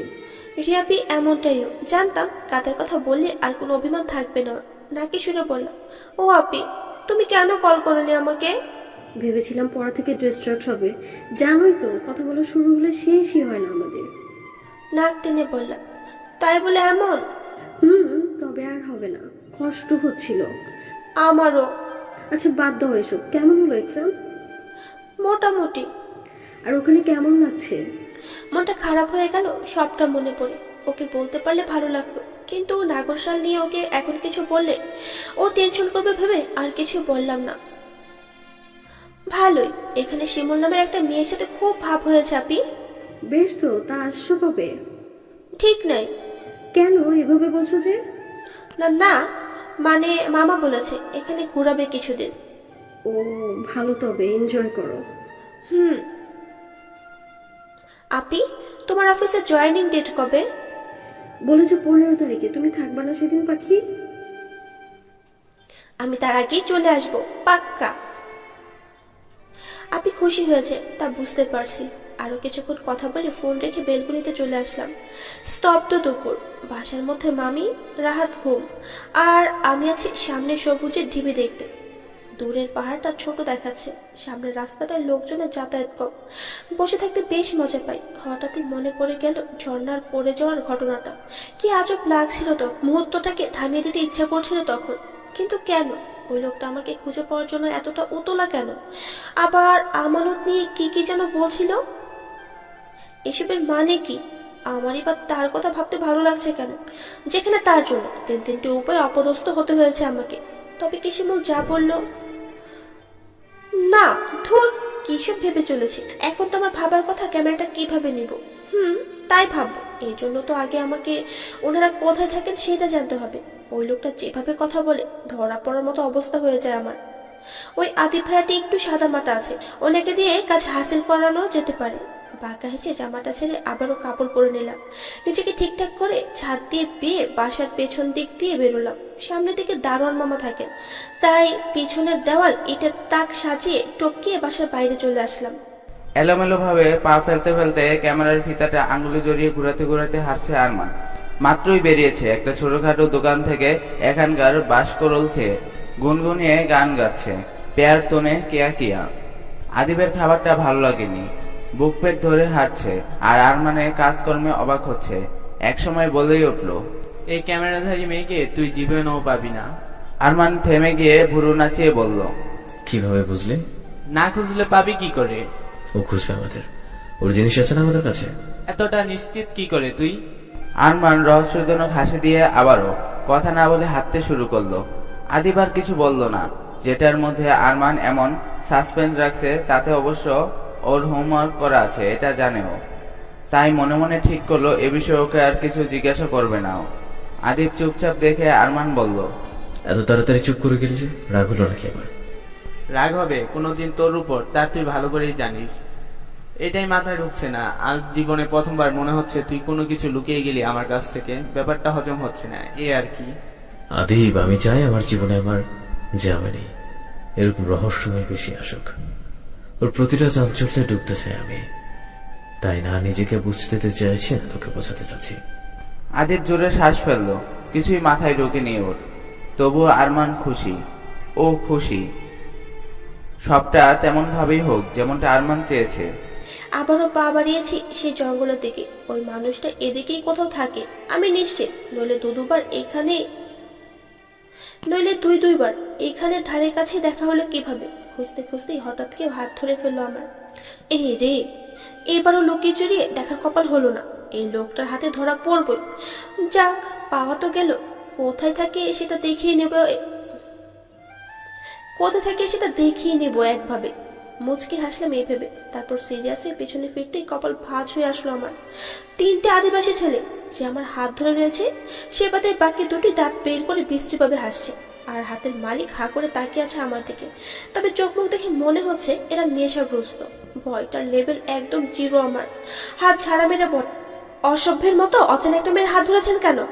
এবার বাকি 2টো চুপ, আর সামনের জন দাঁত বের করে হেসে বলল, দেখেছিস মো বলেছিলাম লা, এটা এখানকার লয় রে, এটা তো বিদেশি আছে।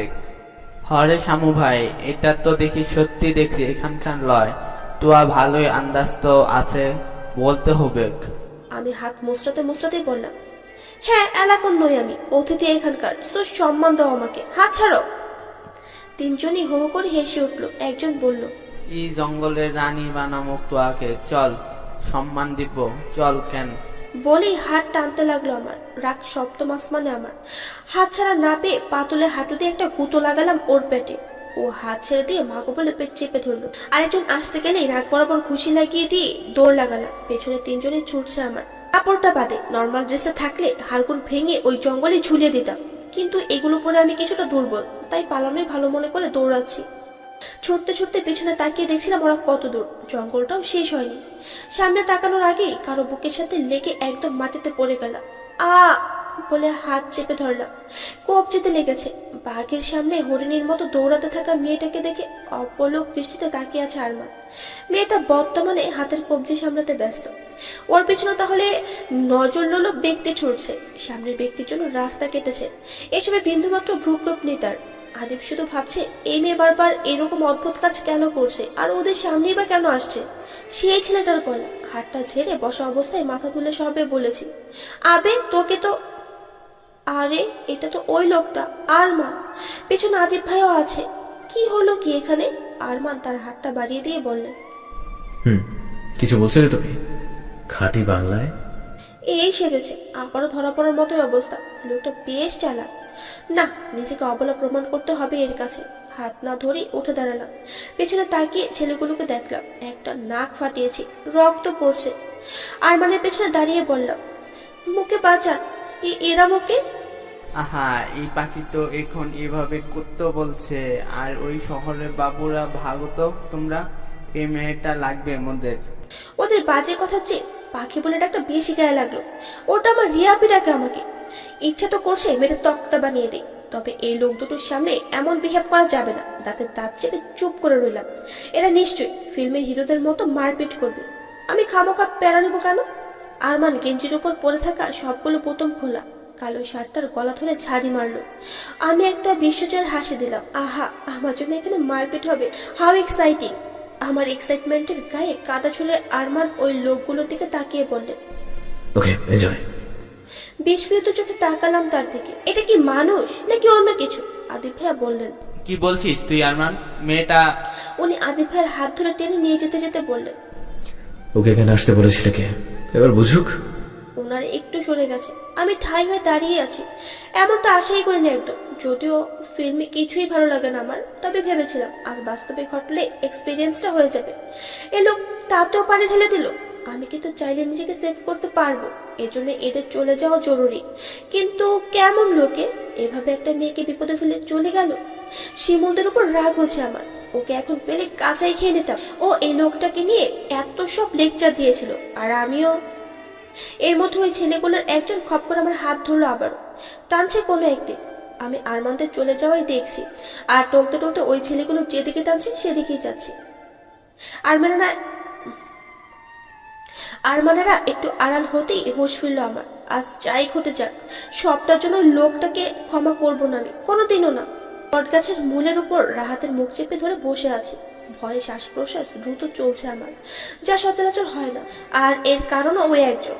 ওপাশে সব আদিবাসী মেয়েরা একসাথে গান গাচ্ছে, ঘুরে ফিরে নাচছে। শিমুল আছে ওখানে। আমি ওই এক কদুর ভয়ে রাহাতকে নিয়ে গাছের পেছনে লুকিয়ে আছি, আর দোয়া দূরত পড়ে চলেছি। যা হয়েছে তা যেন ভয়ানক কিছু না হয়। আগের দিন বিকালে আরমান আদিব ভাইকে ওভাবে নিয়ে যাওয়ার পর প্রচন্ড রাগ হয় আমার। ছেলেগুলো টানা হেঁচড়া করছিল, নিজেকে শক্ত করে একটা জোরে শ্বাস ফেললাম। অনেক হয়েছে রং তামাশা, এবার সবটা সহ্য সীমার বাইরে।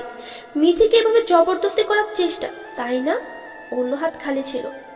হাঁটতে হাঁটতেই পা দিয়ে নিচে পড়ে থাকা একটা মোটা ডাল তুলে হাতে নিলাম। সর্বশক্তি দিয়ে বাড়ি লাগালাম ছেলেটার হাতে। ছেলেটা যে হাত দিয়ে আমার হাত ধরেছিল, ও তৎক্ষণাৎ হাত সরিয়ে নিল। বাকি দুটো এগোতে আসলেই একটাকে ডাল দিয়ে লাগালাম, আর একটাকে লাথি দিয়েছি। দুটোই পড়ে গেল। তারপর এলো পাথারি বাড়ি দিতে লাগলাম। তিনজনই গড়াগড়ি খাচ্ছে মাটিতে, আর চেঁচিয়ে বলছে ছেড়ে দিতে। আমি রাগ মেটাতে ব্যস্ত। মোটা ডালটাও ভেঙে গেল। এক পর্যায়ে আরেকটা লাঠি খুঁজে সবে মার শুরু করব, ওদের একজন হাত জোর করে বলল, ভুল তো হইন গেছে রে, সেরে তো দে। ও নেশাটো করে বাজে বকে ফিলেছিক। নেশা কেটে গেলে তো মারটাও ভুলে যাবি। লা, একদমই লা, বলবো ক্লাই, সেরে তো দে। তোর সাথে আর এমনটো করবো ক্লাই। সাথে সাথে একটা চড় মেরে দিয়ে বললাম, আমার সাথে কেন, আর কারো সাথেই না, এইটা বল। হো হো হো, আর কারো সাথেই লা। একটু শান্ত হলাম। ওরা উঠে দাঁড়াতে লাগলো। বললাম, এরপর থেকে রাস্তায় মেয়ে দেখলে সাইড দিয়ে চলবি, আর কোনো মেয়ের দিকে যদি বাজেভাবে তাকিয়েছিস, এবার তো আমি মারলাম, পরের বার মামাকে বলে জেলের 3rd ডিগ্রি দেখাবো তোদের, মনে থাকে যেন। এরা ঘাড় নেড়ে ঘোরাতে ঘোরাতে চলে যাচ্ছিল। বললাম, একটা মেয়ের হাতে মার খেয়েছিস, কথাটা যেন বাইরে না যায়, তোদেরই মানিজ্য যাবে। ওরা আশ্চর্য হওয়ার লোক দিল। আমি লাঠিটা উঠিয়ে বললাম আবে যাবি নাকি সোজা জাহান্নামে ল্যান্ড করাবো? তাড়াহুড়ো করে চলে গেল। আমি পথ খুঁজতে লাগলাম ওখান থেকে বেরোনোর। বেশ কিছুক্ষণ ঘুরে জঙ্গলের একটু বাইরে তাঁবু টানানো দেখলাম। এগিয়ে যেতে দেখি আদিব ভাইয়া আর ওই বদমাশ লোকটা উল্টো দিক দিয়ে এসে তাঁবুর ভিতরে ঢুকলো। বুঝলাম এরা এখানেই থাকে। আশেপাশটা লুকিয়ে চুরিয়ে ঠিক মতো স্ক্যান করে পথ খুঁজে বের করতে লাগলাম। ওটা পেতে দ্রুত পায়ে মামার বাসায় ফিরলাম। পেছন দিক দিয়ে ছাদ বেয়ে এসে দেখলাম মামা ফেরেননি এখনো। জোরে শ্বাস নিয়ে কাপড়টা পাল্টে ফ্রেশ হয়ে নিলাম। তবে আরমানের কাজে ওনার প্রতি রাগটা পুরোপুরি ছিল। একবার ক্যামেরাটা হাতে পাই ওনাকে আমি ছাড়বো না। সকালবেলা শিমুল এসে জানালো ওদের নাকি আজ সারাদিন কিসের এক অনুষ্ঠান আছে, ছেলেমেয়েরা নাচানাচি করবে। আসার পর তো একবারও দেখার কপাল হয়নি, তাই এক্সাইটেড হয়ে ওদের মতো সেজে বেরিয়ে পড়েছিলাম। মামি পাউরুটিতে জ্যাম লাগাতে লাগাতে বলল, যাচ্ছ বুঝি? হুম। এই সাজ। আসলে না না, কৈফিয়ত চাচ্ছি না, ভালো লাগছে তোমাকে। থ্যাঙ্কস। ভালো লাগছে বলছো? এজন্যই তো পড়া। একটা আদিবাসী ছেলে পটিয়ে ফেলি। কি বলো মামি? হেসে দিয়ে বলল, পারো তুমি। আচ্ছা আসছি। মিতি শোনো, হুম। তোমার মামা তো আজ আরো সকালে বেরিয়েছে, এমনিতেও মানা করতো না তোমাকে।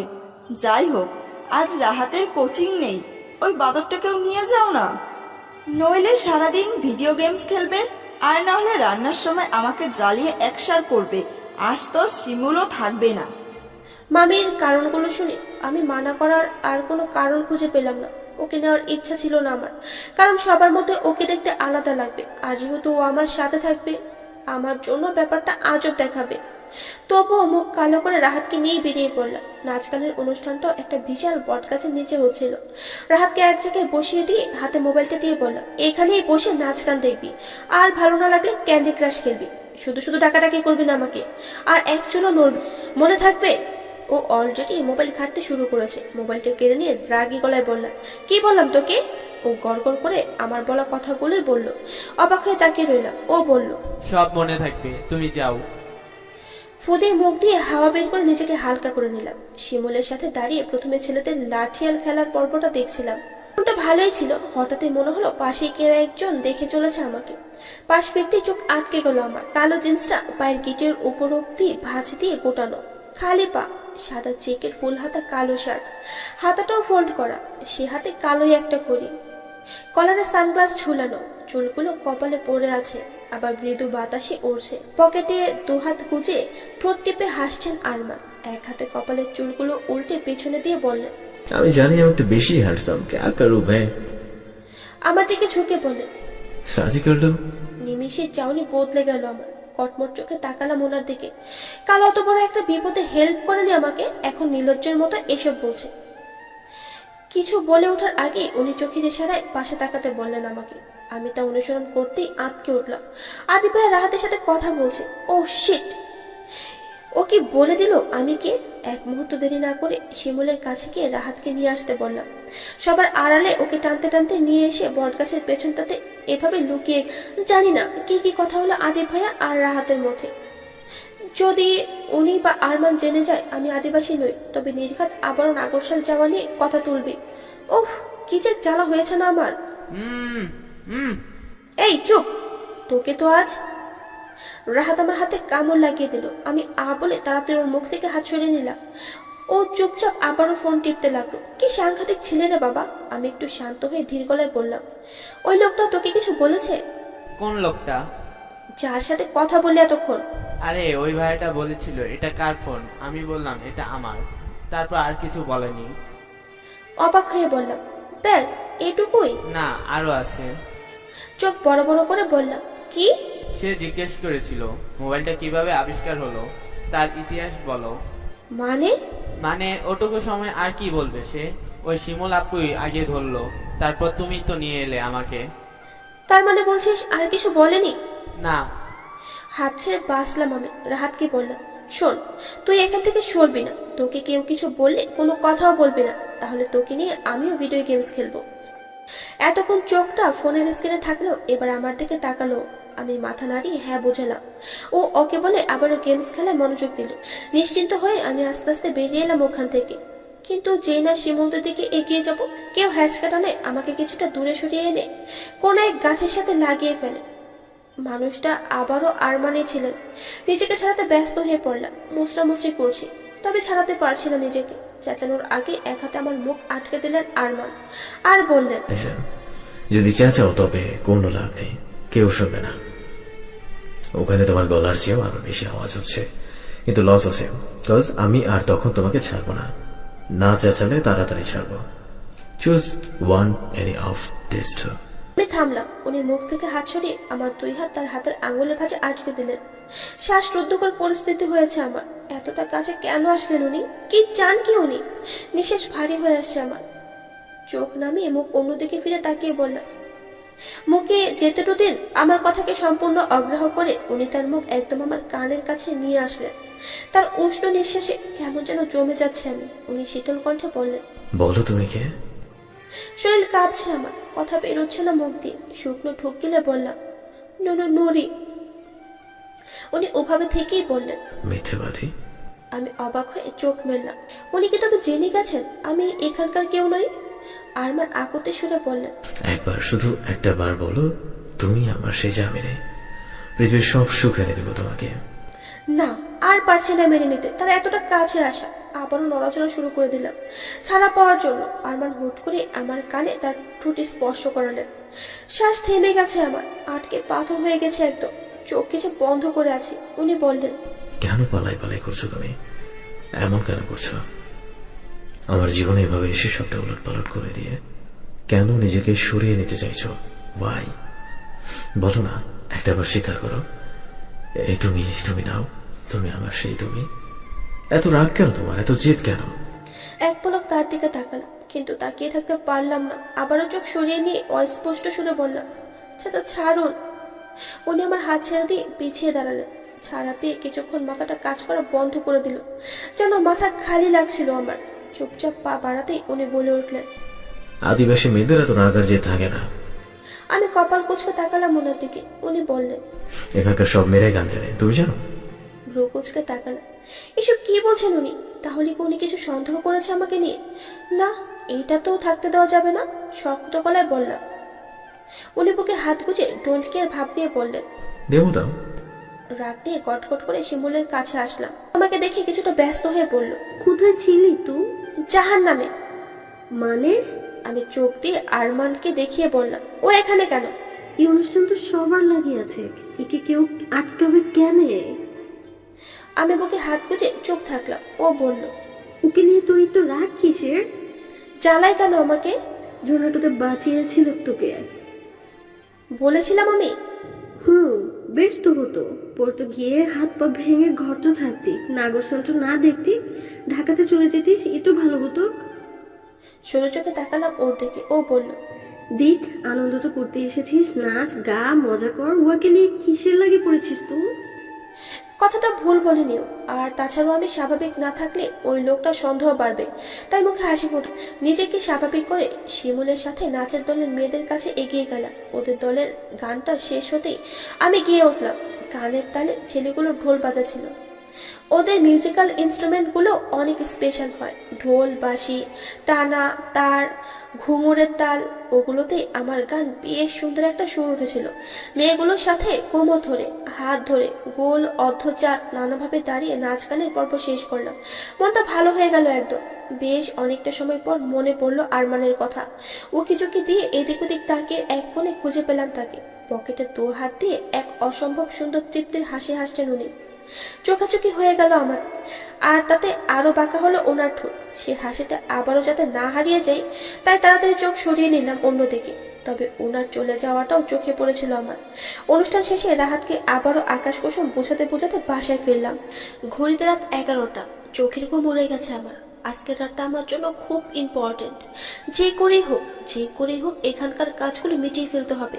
আব্বু ফোন করেছিলেন, 3 দিন পরেই ঢাকা ফেরার কথা বলেছেন। আমি আর নিতে পারছি না। এখান থেকে নাগরশাল ক্যামেরাতে না পড়া অব্দি শান্তি নেই আমার। বাসায় টিকতে পারবো না, সবকিছু অসহ্য লাগবে। এটা ভেবে যে এত সিক্রেট আর স্পেশাল জিনিস আমি দেখিনি। হাতে সময়ও কম। তাই সবটা আজ রাতেই করে ফেলার প্ল্যান কষেছি। বিকেলে শিমুল বাসায় এসেছিল, সবটা বুঝিয়ে দিয়েছে ওকে। একটু ভয় পেয়েছিল, তবে মানিয়ে নিয়ে এবার প্ল্যান মতো সবটা করতে হবে শুধু, ব্যাস। রাতের খাবার খেয়ে সবাই যে যার রুমে, আমিও খাপটি মেরে আছি সবার ঘুমানোর অপেক্ষায়।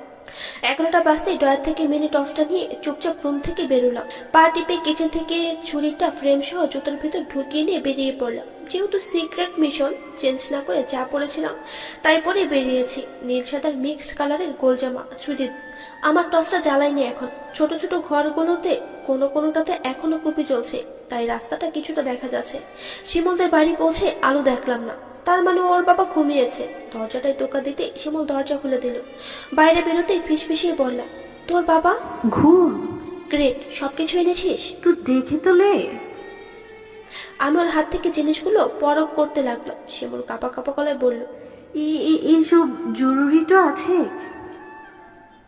এগুলো দেখতে দেখতেই বললাম, আর কথা বাড়ালো না ও।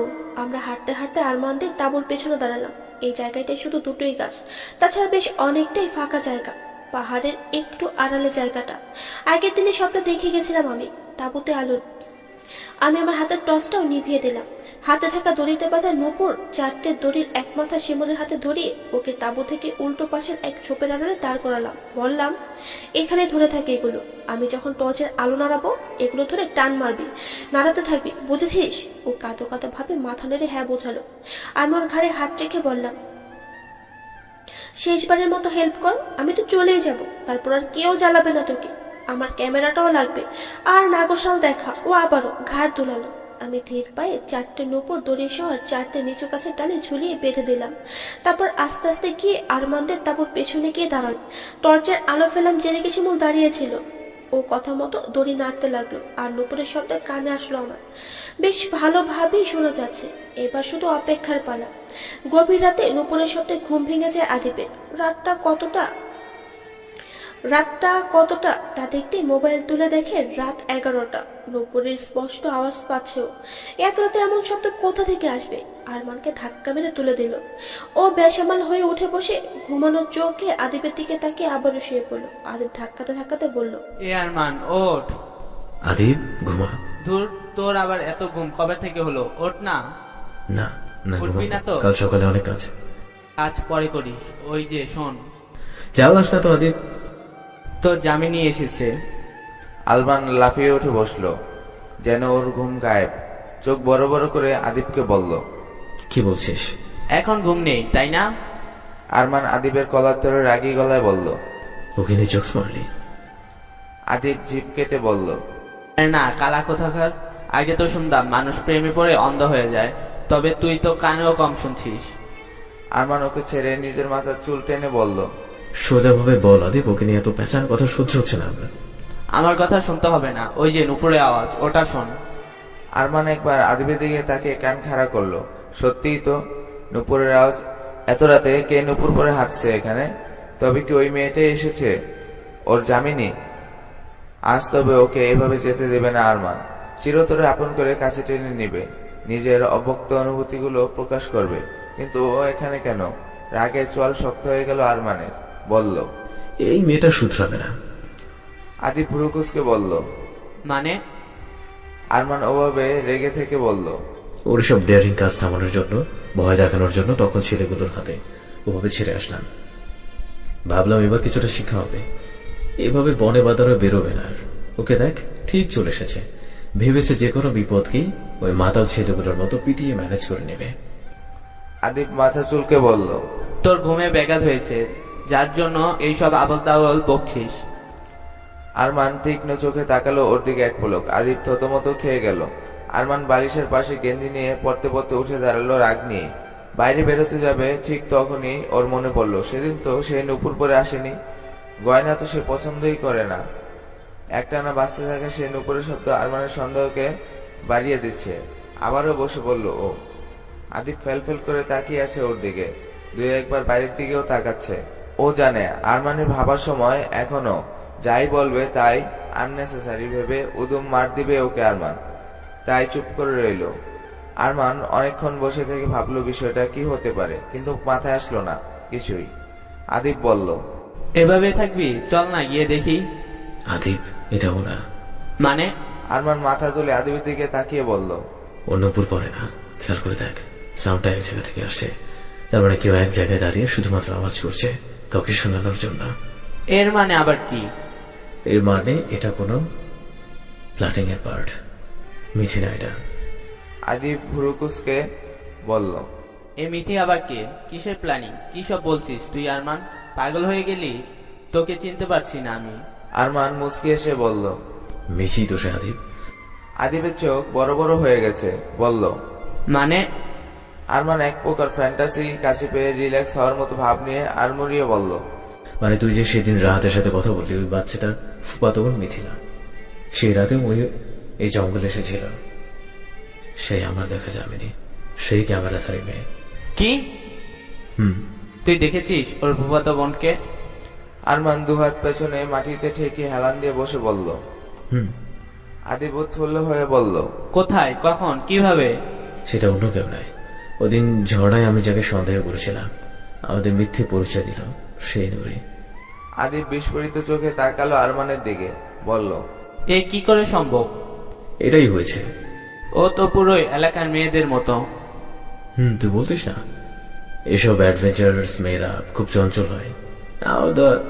Now see the consequences. তুই কি করে এসব জানলি? আরমান একটা দীর্ঘশ্বাস ফেলে সোজা হয়ে বসলো, বলল, আজ যখন ওই নাচের অনুষ্ঠানে বাঙালি একটা বাচ্চাকে দেখলাম, তখনই মনে হয়েছিল এর সাথে আমার জামিনীর কোনো না কোনো সম্পর্ক আছে। আর তাই তোকে ওই বাচ্চাটার কাছে পাঠিয়ে নুরিকে ইচ্ছে করে দেখায়। তুই ভাবতে পারবি না তোর সাথে রাহাতকে দেখেছিল, কতটা ভয় পেয়ে গেছিল। এটা ভেবে যে রাহাত তোকে ওর পরিচয় বলে দিয়েছে। ওর চেহারা দেখে বুঝে যাই আমি যে আমার ধারণা ঠিক। তারপর ও নাচতে চলে গেলে রাহাতকে নানা জিনিসের লোভ দেখিয়ে সব কথা উগরিয়ে নিলাম। এভাবেই আমি এখন কনফার্ম আমার সেই জামিনী অন্য কেউ নয়, সেই নুরি। উফ মিঠি, তুই এতক্ষণে এইসব বলছিস আমাকে? কি করবো ভাইবা, আমি চেয়েছিলাম আমার জামিনী এভাবে রহস্যময়ী, মায়াবিনী, ভিন্নরূপী হয়ে আরো বেশি করে তার ভালোবাসায় আমাকে আবদ্ধ করুক। বারবার তার নতুন নতুন কাজে তার প্রেমে পড়ব। চাইনি এত তাড়াতাড়ি এই মুহূর্তগুলোকে হারাতে। ভালোবাসি ওকে, খুব খুব ভালোবাসি। আমার হৃদ মাঝারে যে শুধুই তার বসবাস। আরমানের কথা শুনে আটকে গেছি আমি। হৃৎপিণ্ডটার লাভ ডাব শব্দ শুনতে পাচ্ছি। একটু দমকা হওয়া গায়ে লাগতে শিহরণ শুরু। মেঘের আড়ালে লুকিয়ে থাকা চারটা বেরিয়ে পড়লো সর্বোচ্চ আলো ঝলকানি নিয়ে। দূরে জোনাকি পোকার ঝাঁকটাও আরো বেশি করে ছড়িয়ে পড়ে আলো ছড়াচ্ছে। এগুলো কি ছিল? কার জন্য ছিল? ভালোবাসা আমার জন্য? এভাবে ভালোবাসার ডেফিনেশন আমার জন্য নিবেদিত? আমি তো আমার পাগলামি নিয়েই ব্যস্ত ছিলাম। সেটাতে কারো এভাবে ভালো লাগা শুরু হতে পারে? উনি চিনে ফেলেছিলেন আমাকে, ইচ্ছে করেই বারবার কাছে আসতেন আমার। ওই ছেলেগুলোর কাছে ফেলে চলে যাননি তার মানে? উনি আড়ালে কোথাও ছিলেন, পরিচয় জেনেও কিছু বলেননি, শুধু আমার এই ব্যবহারগুলোকে আরো গভীরভাবে অনুভব করবে বলে? এতটা ভালোবাসা? না না মিথি না, এইসব পাতা থেকে ঝেড়ে ফেল। প্রেম টেম বলে কিছু হয় না, এটা নিতান্তই বোকাদের টাইম পাস। এসব তোর জন্য না। এই লোকটা তোকে পছন্দ করে, এটা যে তুই জেনে গেছিস তা নিয়ে আর ভাববিও না, প্রকাশও করবি না, তাহলেই হবে। আর একটু এসব কানে নিলে তুইও পাগল হয়ে যাবি। না, কাজটা হাসিল করে এখান থেকে কেটে পড়, নইলে কে জানে কোন মায়ে জড়িয়ে যাবি। নুপুরের সাথে থামছেই না। আরমান জানে ওটা মিথে না, তবুও কেউ বিপদে পড়লো কিনা সেটা দেখতে আদিব কিনে তারপর বাইরে এগিয়ে যেতে লাগলো নুপুরের শব্দ অনুসরণ করে। পুরাটা দেখলাম আমি। লাইটটা আবার অন্যদিকে ঘোরালাম আর নাড়ালাম, এমন ভাবে সেট আপ করা যাতে লাইটটা শিমুলেরই চোখে পড়ে শুধু। ও আবার দ্বিতীয় নুপুরে রশি ধরে টানতে থাকলো। শব্দটা জঙ্গলের দিকে হয়। আরমান আদিব ছুটলো সেদিকে। ব্যাস, আমার রাস্তা ফাঁকা। শিমুলকে বলা আছে শেষে দুটো রশি কখন টানবে আর তারপর কিভাবে গা ঢাকা দিয়ে পালাবে। আমি পা টিপে টিপে তাঁবুতে ঢুকলাম। বেশি খুঁজতে হবে এমন ধারণাকে মিথ্যে করে দিয়ে ক্যামেরাটা বালিশের পাশেই পেলাম। এর জন্যই রাতে আসে আমার। দিনের বেলা ওরা বেরোলেও আসতে পারতাম, কিন্তু ক্যামেরাটা তো নিয়ে যেত, এসেও লাভ হতো না। ক্যামেরা হাতে পেয়ে আমার খুশি দেখে কে। নাচতে নাচতে বেরিয়ে এলাম তাঁবু থেকে। আরমানদের ফেরার এখনো ঢের সময় আমি জানি। যখন দেখবে নূপুর শূন্যে ভাসছে একমাত্র তখনই বুঝবে ইট ওয়াজ এ ট্র্যাপ। তার এবার আমার সেকেন্ড প্ল্যান ইনিশিয়েশনের পাল্লা। তারপর ক্যামেরায় নাগরশালের লোকজনের সাথে সেলফি, আর আরমানকে বোকা বানানোর এক বুক শান্তি নিয়ে ঢাকায় ফিরতে পারবো। না, ওনার সাথে আর দেখা হবে না। এইসব আবল তাবল কথা আমার মাথায় আসবে না। শান্তি। হাত পা বাঁধা অবস্থায় বসিয়ে রাখা হয়েছে আমাকে। ভয় আর বিস্ময় নিয়ে সামনের মানুষগুলোকে দেখে চলেছি। সবাই যে যার কাজে ব্যস্ত। আমার ক্যামেরাটাও সামনে কাঠ জড়ো করে লাগানো আগুনের ধারে পড়ে আছে। পাশে একটা সাউন্ড সিস্টেমে ফুল সাউন্ডে উলুধ্বনির শব্দ বাজানো হচ্ছে। যা ভেবেছিলাম তা একদমই নয়। এমনটাই হবে তা তো কল্পনা তো ছিল না আমার। মামার বর্ণনা অনুযায়ী এবার সত্যি আমাকে গায়েব করে দিবে এরা। এতটা আন্ডার এস্টিমেট করা আর অতিরিক্ত কৌতূহল দেখানোর ফল হাড়ে হাড়ে টের পাচ্ছি আমি। এবার আর বাঁচার কোনো পথে নেই, তা বোঝা শেষ আমার। ঘাপটি বেড়ে জঙ্গলের ধারে বসেছিলাম সেই উলুধ্বনির আশায়। টর্চটা অফ করে দিয়েছিলাম। নুপুরের আওয়াজও আসছে না। তার মানে শিমুল চলে গেছে আর আরমানরাও ফিরে এসেছেন। বসে বসে তারা গুনছিলাম আর ক্যামেরা ফিরে পর ছোটখাটো সেলিব্রেশন হিসেবে গুনগুনিয়ে গান গাচ্ছিলাম। এটা যে জঙ্গল, সময়টা যে মধ্যরাত, মাথায় আসেনি একবারও আমার। হঠাৎ কোথা থেকে সমস্বরে ভেসে আসলো উলুধ্বনি। চকচকে চোখে উঠে দাঁড়ালাম। চাঁদের আলো বর্তমান, তবে তা লাগবে না আমার। নাগরশাল দেখার আনন্দ সবকিছুকে ছাপিয়ে যাচ্ছে। মুক্ত ওড়নায় বেঁধে পা বাড়ালাম সেই শব্দকে অনুসরণ করে। জানি না কতক্ষণ থাকবে। যদি আমি পৌঁছানোর আগেই শব্দ থেমে যায়, না তাহলে তো আর খুঁজেই পাবো না। তাই এক পর্যায়ে দৌড় লাগালাম। দৌড়াতে গিয়ে একসময় দড়ির মতো কিছুতে পা আটকে যায় আমার। সাথে সাথে বাঁধন পড়ে যায় পায়ে। বুঝতে পারলাম ওটা ফাঁদ টাইপের কিছু ছিল, কিন্তু কার জন্য, কে রেখেছে? বসে পড়েছিলাম, পায়ের বাঁধন খোলার চেষ্টাও করেছিলাম, কিন্তু অসম্ভব বাজেভাবে পা আটকে গিয়েছিল আমার। আর কিছু করে ওঠার আগে লম্বা লম্বা দুজন মানুষকে সামনে দেখতে পেলাম। টর্চের অল্প আলোতে না বুঝলেও চাঁদের আলোতে তাদের অভয় দেখে ভয় পেয়ে গেল। একদম কালো বর্ণে, লম্বা, যাকে বলে নিগ্রোদের মতো দেখতে। আমি কিছু বলার আগে ওরা একজন মুখে কাপড় বেঁধে মুখ আটকে দেয়, আর আরেকজন আমাকে কাঁধের উপর তুলে হাঁটা লাগায়। হাত পা ছোড়াছুড়ি করতে গেলেই হাত বেঁধে দেয়, আর এখানে এনে পাটাও বেঁধে বসিয়ে দেয়। আমি সৌর্যকে সবটা পর্যবেক্ষণ করছি। এদের বেশভূষায় কোনোভাবেই মনে হচ্ছে না এরা আদিবাসী, কিন্তু মামা তো হিডেন ট্র্যাপস বলেছিল। আর এসব সাউন্ড সিস্টেমে উলুধ্বনি বাজানোর মানে কি? এর মধ্যে একজন এসে আমার কাছে এসে হাঁটু কেটে বসে বলল, হোয়াটসঅ্যাপ? কোথাকার কোন উগান্ডাবাসী? আরে তোর ইয়ার লাগে আমি, তাহলে বাদলি কেন আমারে? দুটো সেলফি তো তুলতে আসছিলাম। তা বাচ্চা মেয়ের এত সাহস আসলো কোথায় থেকে? ওর মুখে খাঁটি বাংলা শুনে আমার আকাশ থেকে পড়ার অবস্থা। হা করে তাকিয়ে আছে। ডোন্ট গেট শক। আমরা অনেকদিন হলো এখানে আসি। বাংলা বলাটা অতটা শকিং না, but you made be shocked. আমি নির্বাক হয়ে তাকিয়ে আছি। লোকটা আবারও চিন্তার ভাব ধরে বলল, নিজেকে সাহসী বাবা ঠিক আছে, তা বলে এই বয়সে এত সাহস দেখানো? হেসে একটা তালি বাজিয়ে বুকে হাত গুজে বলল, আই এম ইমপ্রেস। আরেকজন এগিয়ে এসে বলল, এটা কি করব বস? লোকটা বাঁকা হাসলো, বলল, আগে এর স্বাধীনতার হিস্ট্রি তো শুনি। হ্যাঁ বলো, এখানে কেন এসেছিলে? সি ইফ ইউ ওয়ান্ট, তুমি এই কথা বলার অজুহাতে আরো কিছু সময় বেঁচে থাকতে পারো। আর এখানে আমার বাচ্চা মরার প্রস্তুতার মানে जब तक तेरे मुंह चलेगी तेरे सांसें चलेगी। আমাকে চুপ থাকতে দেখে লোকটা একটু ধমকে বলল, আই ওয়ান্ট মাই অ্যান্সার। কাপা কাপা গলায় বললাম, না নাগরশাল দেখতে। লোকটা হুহা করে হেসে উঠলো, তারপর একটু হাসি থামিয়ে বলল, শুধু দেখতেই? ঘাড় নাড়িয়ে হ্যাঁ বললাম। আশেপাশে আরো 20-25 জন হবে। কেউ আমাদের খেয়ালে নেই। কেউ বক্স হাতে এদিক ওদিক যাচ্ছে, আর কেউ খুঁটিয়ে খুঁটিয়ে সেই বক্সগুলো দেখছে। বক্সের সাথে কিছু বড়সড় বন্দুকও আছে। সেই লোকটা আবারও হেসে বলল, তা কি কি দেখলে? আমি চুপই রইলাম। লোকটা বলল, কনফিউজড। আবারও ঘাড় নাড়ালাম। ওয়ানা নো? এবার মুখে বললাম। উনি হাসলেন, আবারও বললেন, কেন জানি না, আজ তোমাকে ক্লিয়ারলি বুঝিয়ে তারপর তোমার ব্যবস্থা করার ইচ্ছা করছে। আফটার অল, এখানে যে মরতে আসাদের মধ্যে you are the innocent one. মরতে আসা? কথাটা শুনে শুকনো ঢোক গেলাম। কালো চেহারার লোকটা সবগুলো সততা বের করে হেসে বলল, এটা নাগরশালা টাগরশালা কিছু না, চোর চালানো একটা বড়সড় ঘাঁটি। চোর চালানো, ইউনো, দেশীয় অস্ত্র, টিএনটি, ড্রাগস। আমরা মূলত আফ্রিকান।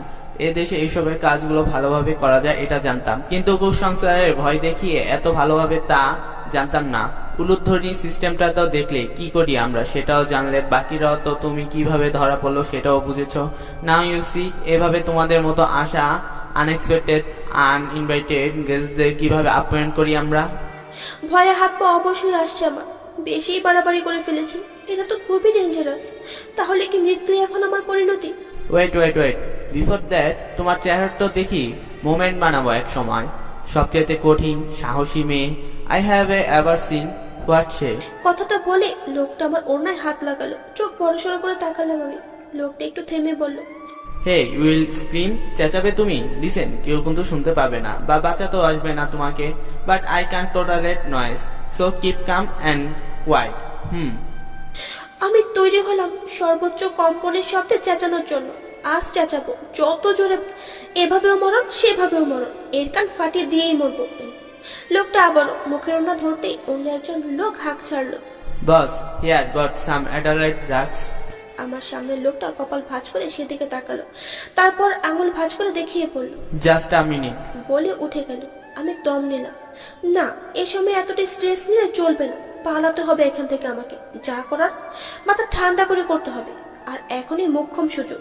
আশেপাশে ভালো করে তাকালাম। পাহারা যে খুব বেশি জোরালো তা নয়, কারণ হিসেবে পাতা ফাঁদগুলোর কথা মনে পড়লো। পালাতে গেলে যদি আবারও ফাঁদে আটকা পড়ি, তাহলে তো আবার ধরে আনবে আমাকে। কিন্তু এখানে এভাবেও মৃত্যু অবতারিত, তাই শেষ চেষ্টা তো করাই যেতে পারে। ধীরে ধীরে বা পা আর হাত একসাথে করলাম। জুতার ভিতরে ছুরিয়ে এনেছিলাম বিপদের বন্ধু হিসেবে।